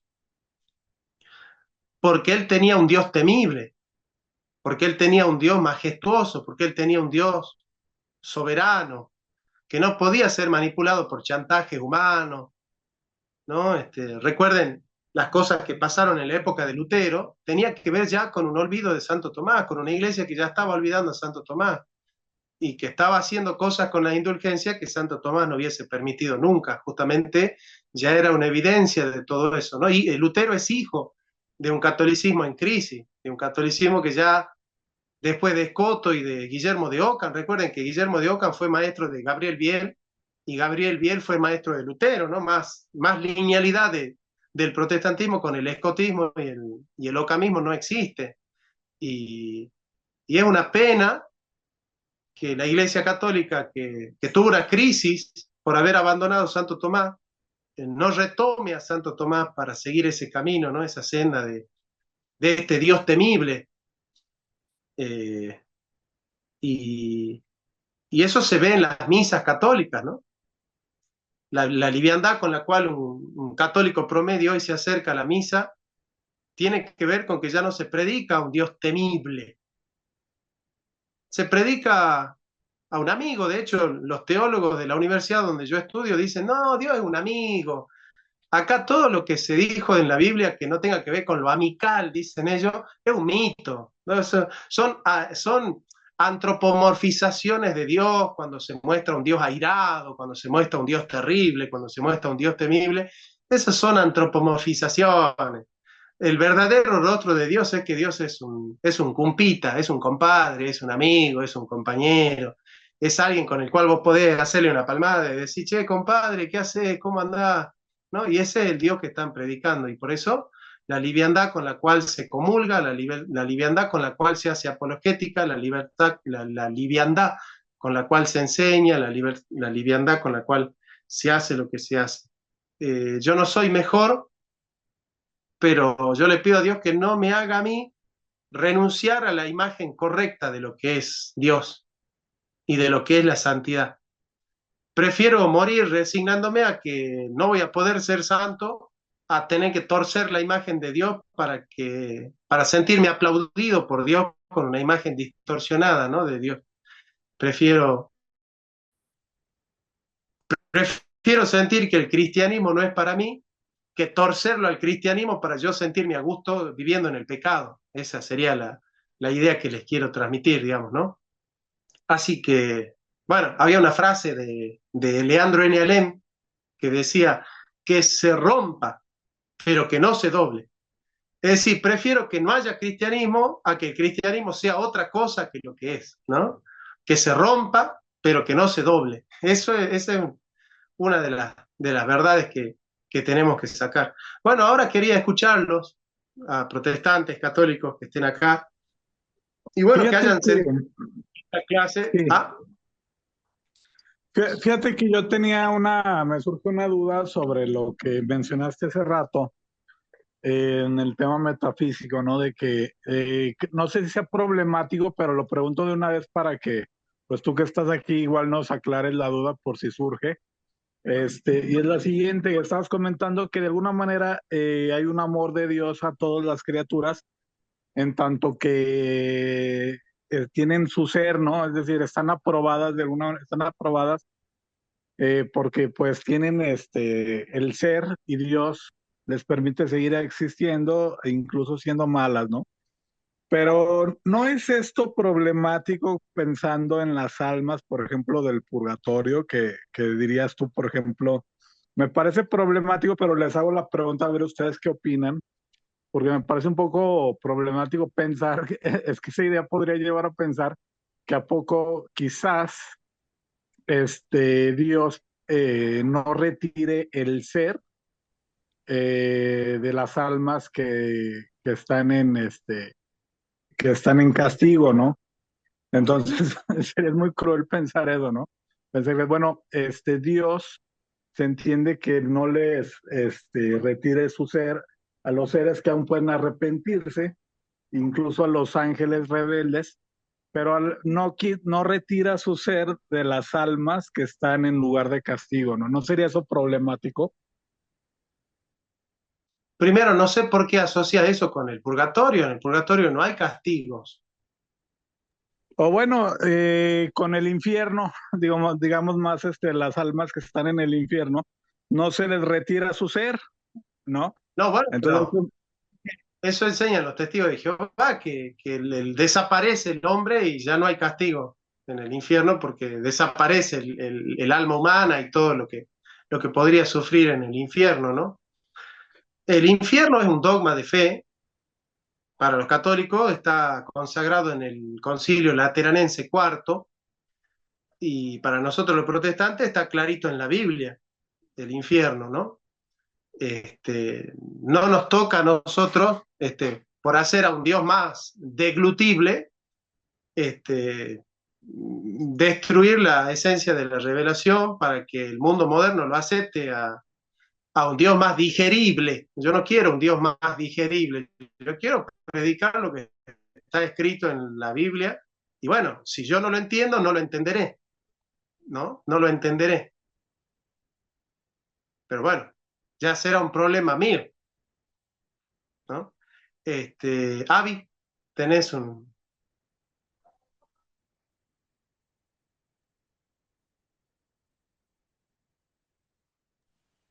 Ok, Ahí está. gracias. Sí. Buenas noches, saludos a todos. Quería decir también que yo nací en un hogar católico, pero yo soy protestante y yo me afinco a las doctrinas de la gracia también. Y simplemente me estaba acordando, mi tío era el monseñor de Caracas, él ya murió, ¿no? Henry Padilla. Y en mi casa habían protestantes y católicos y yo recuerdo que cuando el monseñor estaba en mi casa, siempre hablaba de cualquier cosita así, y los que eran protestantes, ellos eran los que hablaban del temor de Dios, de el arrepentimiento, de la grandeza de Dios. Ellos hablaban con más temor de lo que hablaba mi tío, el monseñor. Quería decir eso. Y bueno, ya, para mí también es de verdad que me cuesta entender con mi entendimiento limitado porque algunas personas Dios las creó para la salvación y otras las creó para la condenación pero yo siempre siento como mi razonamiento llega a un límite, tiene como un techo. Entonces, nosotros tendemos a que, porque no entendemos las cosas, entonces tratamos de darle a nosotros mismos un concepto. Ah, esto debe ser así por esto, por esto, por esto, ¿no? Y por eso caemos en muchas falacias y muchos errores, porque no sabemos ser humildes y decir, hay cosas que aún no podemos entender, que solamente le pertenecen a Dios. Pero bueno, yo creo que por lo menos yo trato ahí eh, de entender que, bueno, que ahora cuando estabas diciendo que Dios nos predestinó porque nos amó, yo me llené de tanta paz y me alegré tanto porque yo dije, wow, y después dijiste que por esa predestinación que tenía como contenido esa gracia que así yo cayera, él estaba predestinado que él me iba a levantar porque él quiere que yo me salve porque así está en el plan que él hizo. Y ahí es cuando, bueno, uno dice, wow, a su qué privilegio, ¿no? Que, bueno, sí, es un poco emocional, pero es así, ya, Hay hay una pequeña cosa que me gustaría ahí aclararte. Dios ya, no crea a nadie por condenación. Dios crea. ¿Sí? Lo que hace Él con la creación es garantizar que los suyos han de salvarse. Él tiene, la predestinación es una garantía que tenemos los que somos cristianos, si somos predestinados, que vamos a ser salvos, que vamos a perseverar hasta el final. ¿Sí? Y Dios nos pone una garantía de que eso es así. Y las garantías son las arras del Espíritu Santo, ¿no? Es ese sello que tenemos nosotros. Entonces, eso es. No es que Dios crea para la condenación. A la condenación nosotros llegamos por nosotros, por nuestras conductas, por nuestros actos, por nuestra voluntad, por nuestra rebeldía. Dios podría condenar a toda la humanidad y estaría bien. Estaría bien. Si Dios dijera toda la humanidad al infierno, está bien, porque hemos pecado y todos estamos destituidos de la gloria de Dios. Todos, todos, todos. Dios simplemente, si no hubiera predestinación, todos iríamos al infierno. Eso hay que entender eso. Saquen la predestinación tomista de la ecuación y todos vamos al infierno. Todos vamos al infierno. No hay posibilidad de que alguien se salva si no entendemos la predestinación como Santo Tomás. Cualquier otro medio que no sea, bueno, que Dios te da una gracia que vos tenés que usar bien, y bueno, tenés que ponerle onda para perseverar, porque si perseveras, bueno, capaz que te salvás y hace esfuerzo, porque todos los méritos de lo que habla Santo Tomás tienen que ver con la gracia, y toda la gracia tiene que ver con la predestinación. La predestinación prepara todas las gracias, la gracia administra lo que fue predestinado, y la gracia va preparando al hombre para que haga méritos. Pero los méritos no son sin la gracia y la gracia no es sin la predestinación. Un católico que le falta la predestinación es semipelagiano. Por más que hable de la gracia, si no habla de la predestinación, es semipelagiano. Eso es lo que hay que entender. Eso es lo que cuesta entender. Por eso yo digo, y capaz que estoy muy atrevido, la Iglesia Católica debería cerrar esta cuestión. Está dado para que se cierre. Para que se cierre. Lamentablemente, para que se haga un concilio dogmático y se cierre esta cuestión definitiva. Dios quiere que haya un papa que cierre esta cuestión y que diga, miren, la postura molinista no es consistente, no tiene coherencia, no tiene fuerza, no tiene consistencia. Y la postura semipelagiana es herética. Así que la única postura bíblica, consistente, católica, fiel a la tradición católica y a la enseñanza del magisterio y de los padres y de la Biblia, es la postura tomista. Así que cerramos esta cuestión. Todo católico debe aceptar a Santo Tomás como el gran maestro de la Iglesia también en esta cuestión, y esta es la fe de la Iglesia. El catolicismo enseña esto. Y yo creo que si hacen eso, van a venir buenos momentos para la Iglesia Católica. Ese es mi pensamiento, ¿no? Quizá está manchado de un deseo que yo tengo de que sea así la cosa, porque veo que aquellos que han tomado otro camino y han entrado al modernismo, ese otro Dios no la está ayudando a las mujeres a ser más santas, ni a los hombres a ser más santos. ¿Mm? Ustedes ven los frutos de esta nueva iglesia católica ayornada y no son más santos los católicos de hoy. No tienen más herramientas para la santidad los de hoy que los de antes. Tienen menos herramientas que antes. Y bueno, para mí sí, para mí sí. Tienen todos los sacramentos, pero los sacramentos tienen que estar acompañados de una visión teológica correcta que te permita a vos entrar en un espíritu con ese sacramento. Yo sé que vos me vas a decir que da lo mismo que un católico ingrese comiendo chicle y con una mano en el bolsillo y con un celular encendido a comulgar, y que otro vaya con reverencia, con temor y temblor, y que se sienta totalmente devastado en el temor de Dios por la reverencia que le tiene. Y vos me decís, no, pero la Eucaristía es la misma. Sí, y tiene efecto la Eucaristía, sí tiene efecto, tanto para aquel que llega a la Eucaristía comiendo chicle, que aquel que va con temor y temblor. Pero yo no sé hasta qué punto la iglesia está yendo por buen camino, si ese que va a la Eucaristía comiendo chicle no siente que está haciendo algo mal, si no hay una superestructura que le muestra que él está en falta, si él puede hacer eso y sentirse cómodo.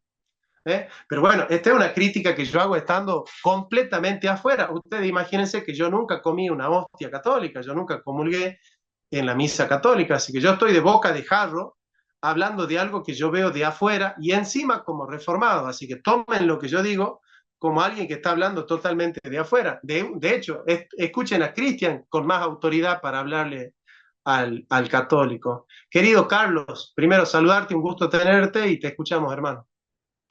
Ya, es que hay un hermano que tenía antes que yo la mano levantada y no quiero Bueno, quitarle el turno. No sé quién es ese WTN. WTN, el canal del padre Loren. A ver. No, yo nada más tenía, bueno, quería una aclaración. No sé si me escucha bien. Sí, hermano, aclara.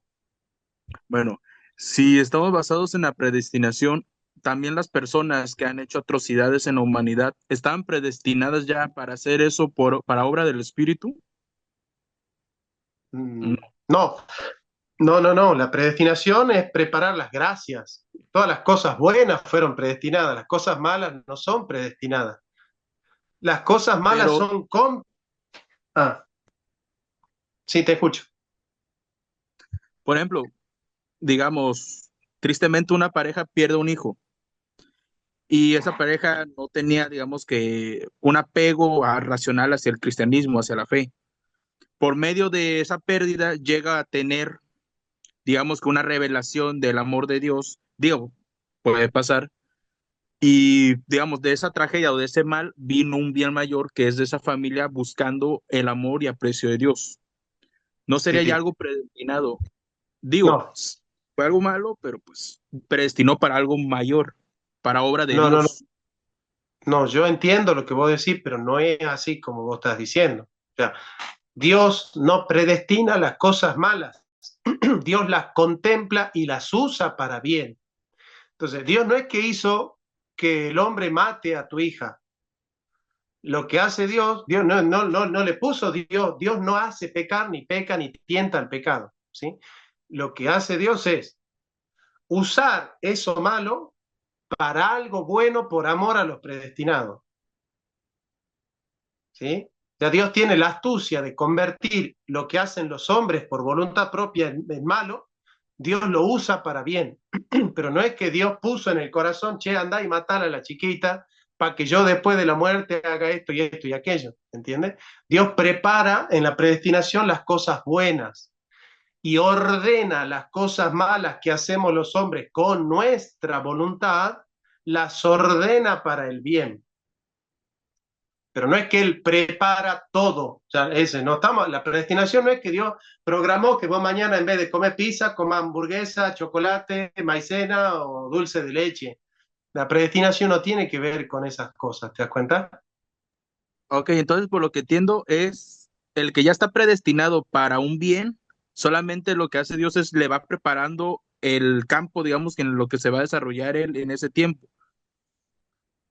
No, de la preparación Dios prepara todo, Sí, o sea, todo. yo O lo que... sea, prepara el escenario, tu corazón, te prepara en la gracia, te predispone, te actualiza la gracia, te da una gracia habitual y te hace perseverar.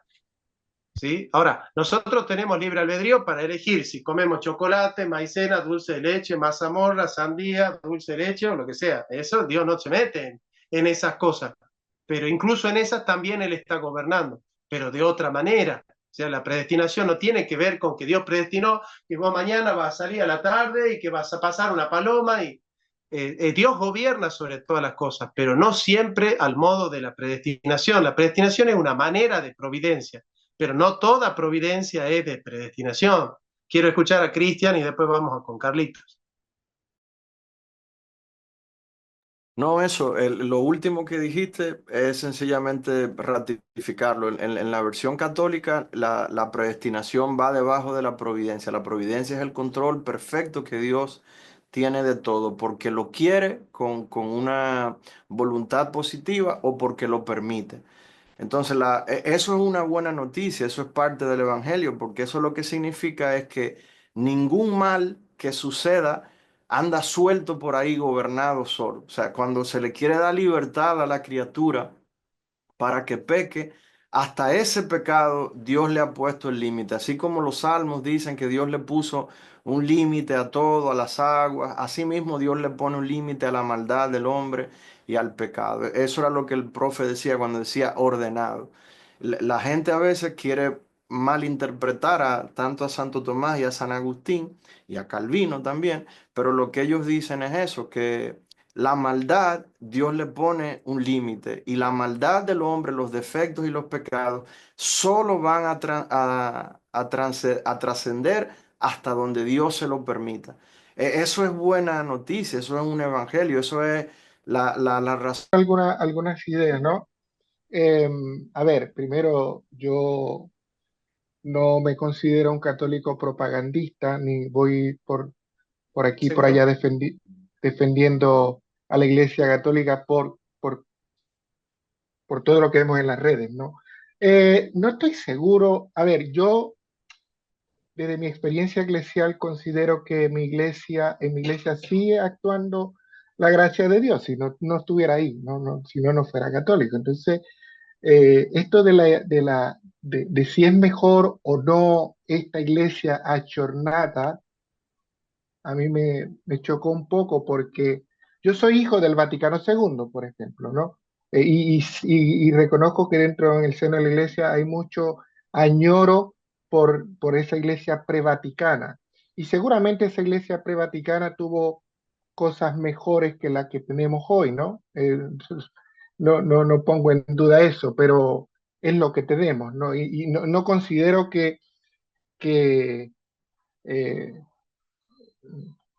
no sé hasta qué nivel puedo yo tener la facultad de decir si estoy mejor o no que antes de eso. Pero eso no era lo que yo quería, eso era una observación lo que dijo Jonathan. A ver, yo lo que veo con el tema, con la doctrina de la predestinación es que muchas veces se reduce a lo eclesiológico, ¿no? O sea, se salvan los que pertenecen a este grupo, se salvan los que pertenecen a aquel grupo, los predestinados son los que están aquí en este grupo y lo peor que yo veo ahí es mi crítica, es la crítica que siempre hago, es que hay gente que sabe quiénes son los predestinados y te lo dicen en las redes sociales. Y si no, entonces claro, ahí es un reduccionismo eclesiológico, pero patético.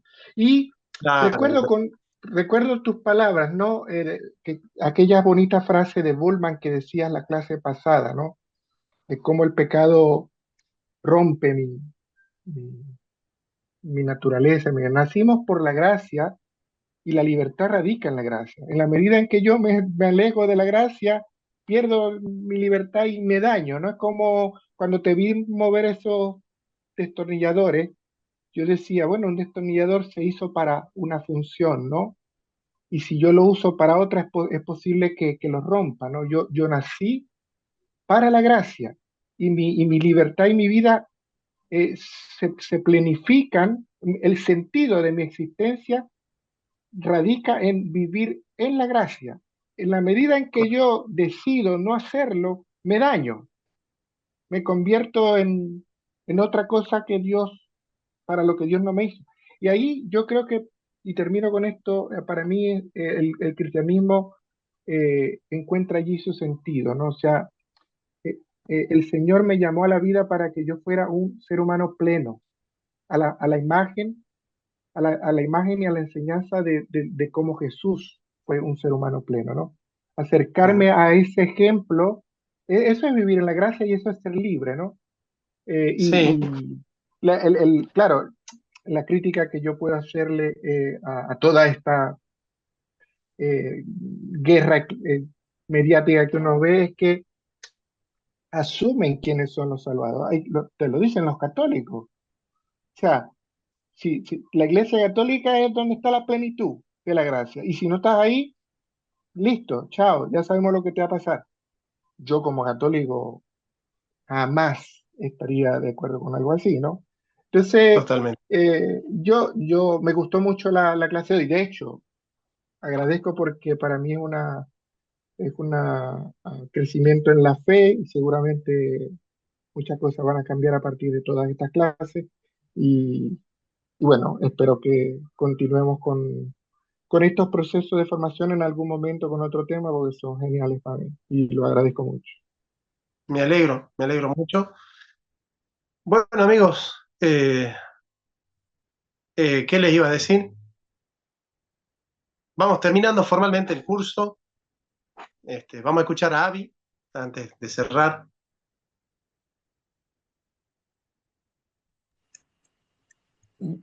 Yo tenía una pregunta nada más, pero si no, si tú crees que está Avi, fuera de lugar ahora, no hacela hay la que pregunta. responder. Ok, vale. Porque yo he leído un poco Gordon Clark, este filósofo, este escriturista, ¿no? Y él dice que lo malo también viene de Dios, o sea, lo malo no es creado por sí solo ni ajeno. Y entonces él también se basa en Proverbios 16:4, donde dice, y aún al impío para el día malo. O sea, todas las cosas ha hecho Jehová para sí mismo y aún al impío para el día malo. Mm. Entonces, ¿me puedes dar un poquito del rol luminoso de la filosofía ahí, por favor? Lo que pasa es que es verdad, pero de otra manera. O sea, Dios gobierna en todas las cosas, a unas con una voluntad de decreto y a otras con una voluntad de permiso, se utiliza en la filosofía, en la teología, ¿no? Entonces, con una con voz activa y otra con voz pasiva. Entonces, a los buenos, Él los prepara de antemano y los malos fueron preparados, ellos se prepararon y Dios ordena eso para el bien, ordena al malo para cumplir un propósito, digamos. Lo que pasa es que la Biblia no es un libro de teología, entonces nosotros a la Biblia la tenemos que interpretar y entender el sentido en el cual ese texto lo está escribiendo. Si nosotros le queremos dar el sentido de que Dios lo hizo al malo malo, para que él sea malo, para cumplir un propósito, bueno, no tendría sentido el texto que dice Dios no peca, ni hace pecar, ni tienta al pecado. ¿Me entendés? Entonces tendríamos, si interpretamos así, tendríamos un conflicto. Ahora, si yo te digo que Dios no quiere que el malo sea malo, sino que Él quiere que se arrepienta para conocer la verdad, pero sin embargo el malo sigue siendo malo, bueno, Dios lo va a usar a Él también para hacer su propósito, incluso al malo. ¿Me entendés? Esa es la interpretación correcta del texto. Y de esa manera no haces de Dios a alguien perverso que hace a alguien hacer el mal porque quiere, ¿me entendés? El hipercalvinismo interpreta así las cosas, pero el hipercalvinismo también es una herejía. Cristian, no sé qué opinas al respecto. Sí, sí, eso. Perdóname, Avi, ¿verdad? la falta no sé cómo decirle, de discreción, pero hay un libro católico que nosotros creemos que es revelado, que es palabra de Dios, que aclara eso muy bien, es el libro de la sabiduría.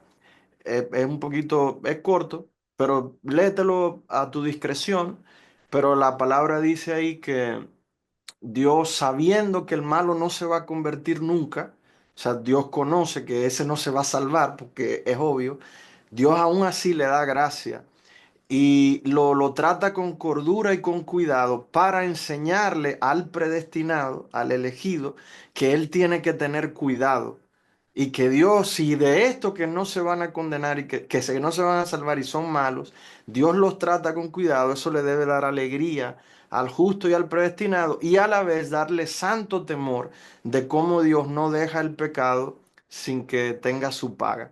Entonces ahí se cumple eso de que hasta el malo tiene un propósito, se cumple la predestinación de que Dios conoce de antemano, sabe que no se van a salvar y aún así Dios le da gracias. Es muy católico eso, pero ahí lo explica todo. Yo, gracias Jonathan, de verdad, de corazón, mi hermano, por este curso, un curso excelente, maravilloso, altamente recomendado, aprendimos mucho todos y lo que más me gusta fue este ambiente de cordialidad, de respeto que se pudo mantener, donde de todas las confesiones dimos cada quien nuestra posición, o sea que yo me siento más que satisfecho con el curso. Me alegro, hermano, parte de la vocación ecuménica que tenemos, ¿no? Cruz Ramos, te escuchamos. Eh, sí, muy buena. Nada, solamente quería pasar por aquí, ¿verdad? Porque yo, a pesar de que no he estado, no he entrado todo siempre al curso, ¿verdad? Porque yo hablé con el profesor hace un par de días hace tiempo y le había comentado que pues yo estoy en unos planes de boda porque me caso. Pero nada, la cuestión es que desde mi experiencia ha sido un curso muy bueno. He aprendido bastante y compartiendo lo que dice nuestro hermano Cristian, de verdad que hemos aprendido, yo he aprendido. Es mi primera vez cogiendo un curso con Jonathan, así que lo felicito mucho. Es un tremendo profesor y creo que es alguien sumamente capacitado para estos temas y como decimos acá en Puerto Rico, se lo echamos a cualquiera. Así que muchas gracias y nada, muchas bendiciones a todos. López. Paso por aquí deseándole una buena noche a todos. El curso estuvo fantástico.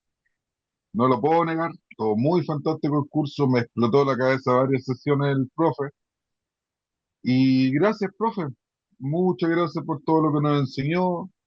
Muchas gracias por la cordialidad de todos los compañeros también, porque fue un buen grupo. No, no hubieron esa interferencia pesada en decir las cosas. No, todos fueron muy cordiales y gracias por todo, profe. Gracias a vos, amigo. Gracias a vos. Bueno, gente, vamos a tener una clase más o dos, pero ya de manera más libre. Voy a preparar algunos temas de regalo para que podamos disfrutar un tiempo juntos hasta que se venga el curso de mi libro Tractatus Metaphysico Phenomenologicus, ¿eh? De ese libro que ya ha salido y que ya tiene todas las correcciones hechas, está perfecto, tiene todo, y estamos contentos por eso. Bueno, gente, gracias. Pero Les mando un la abrazo grande a acotación todos. de que acuérdate que se venía el curso de Hegel. Bien, de Hegel también se viene. Eso ya lo charlamos después. Sí, sí. Bueno, nos vemos. Nos vemos, Abrazos, gente. buen fin de semana. Chao.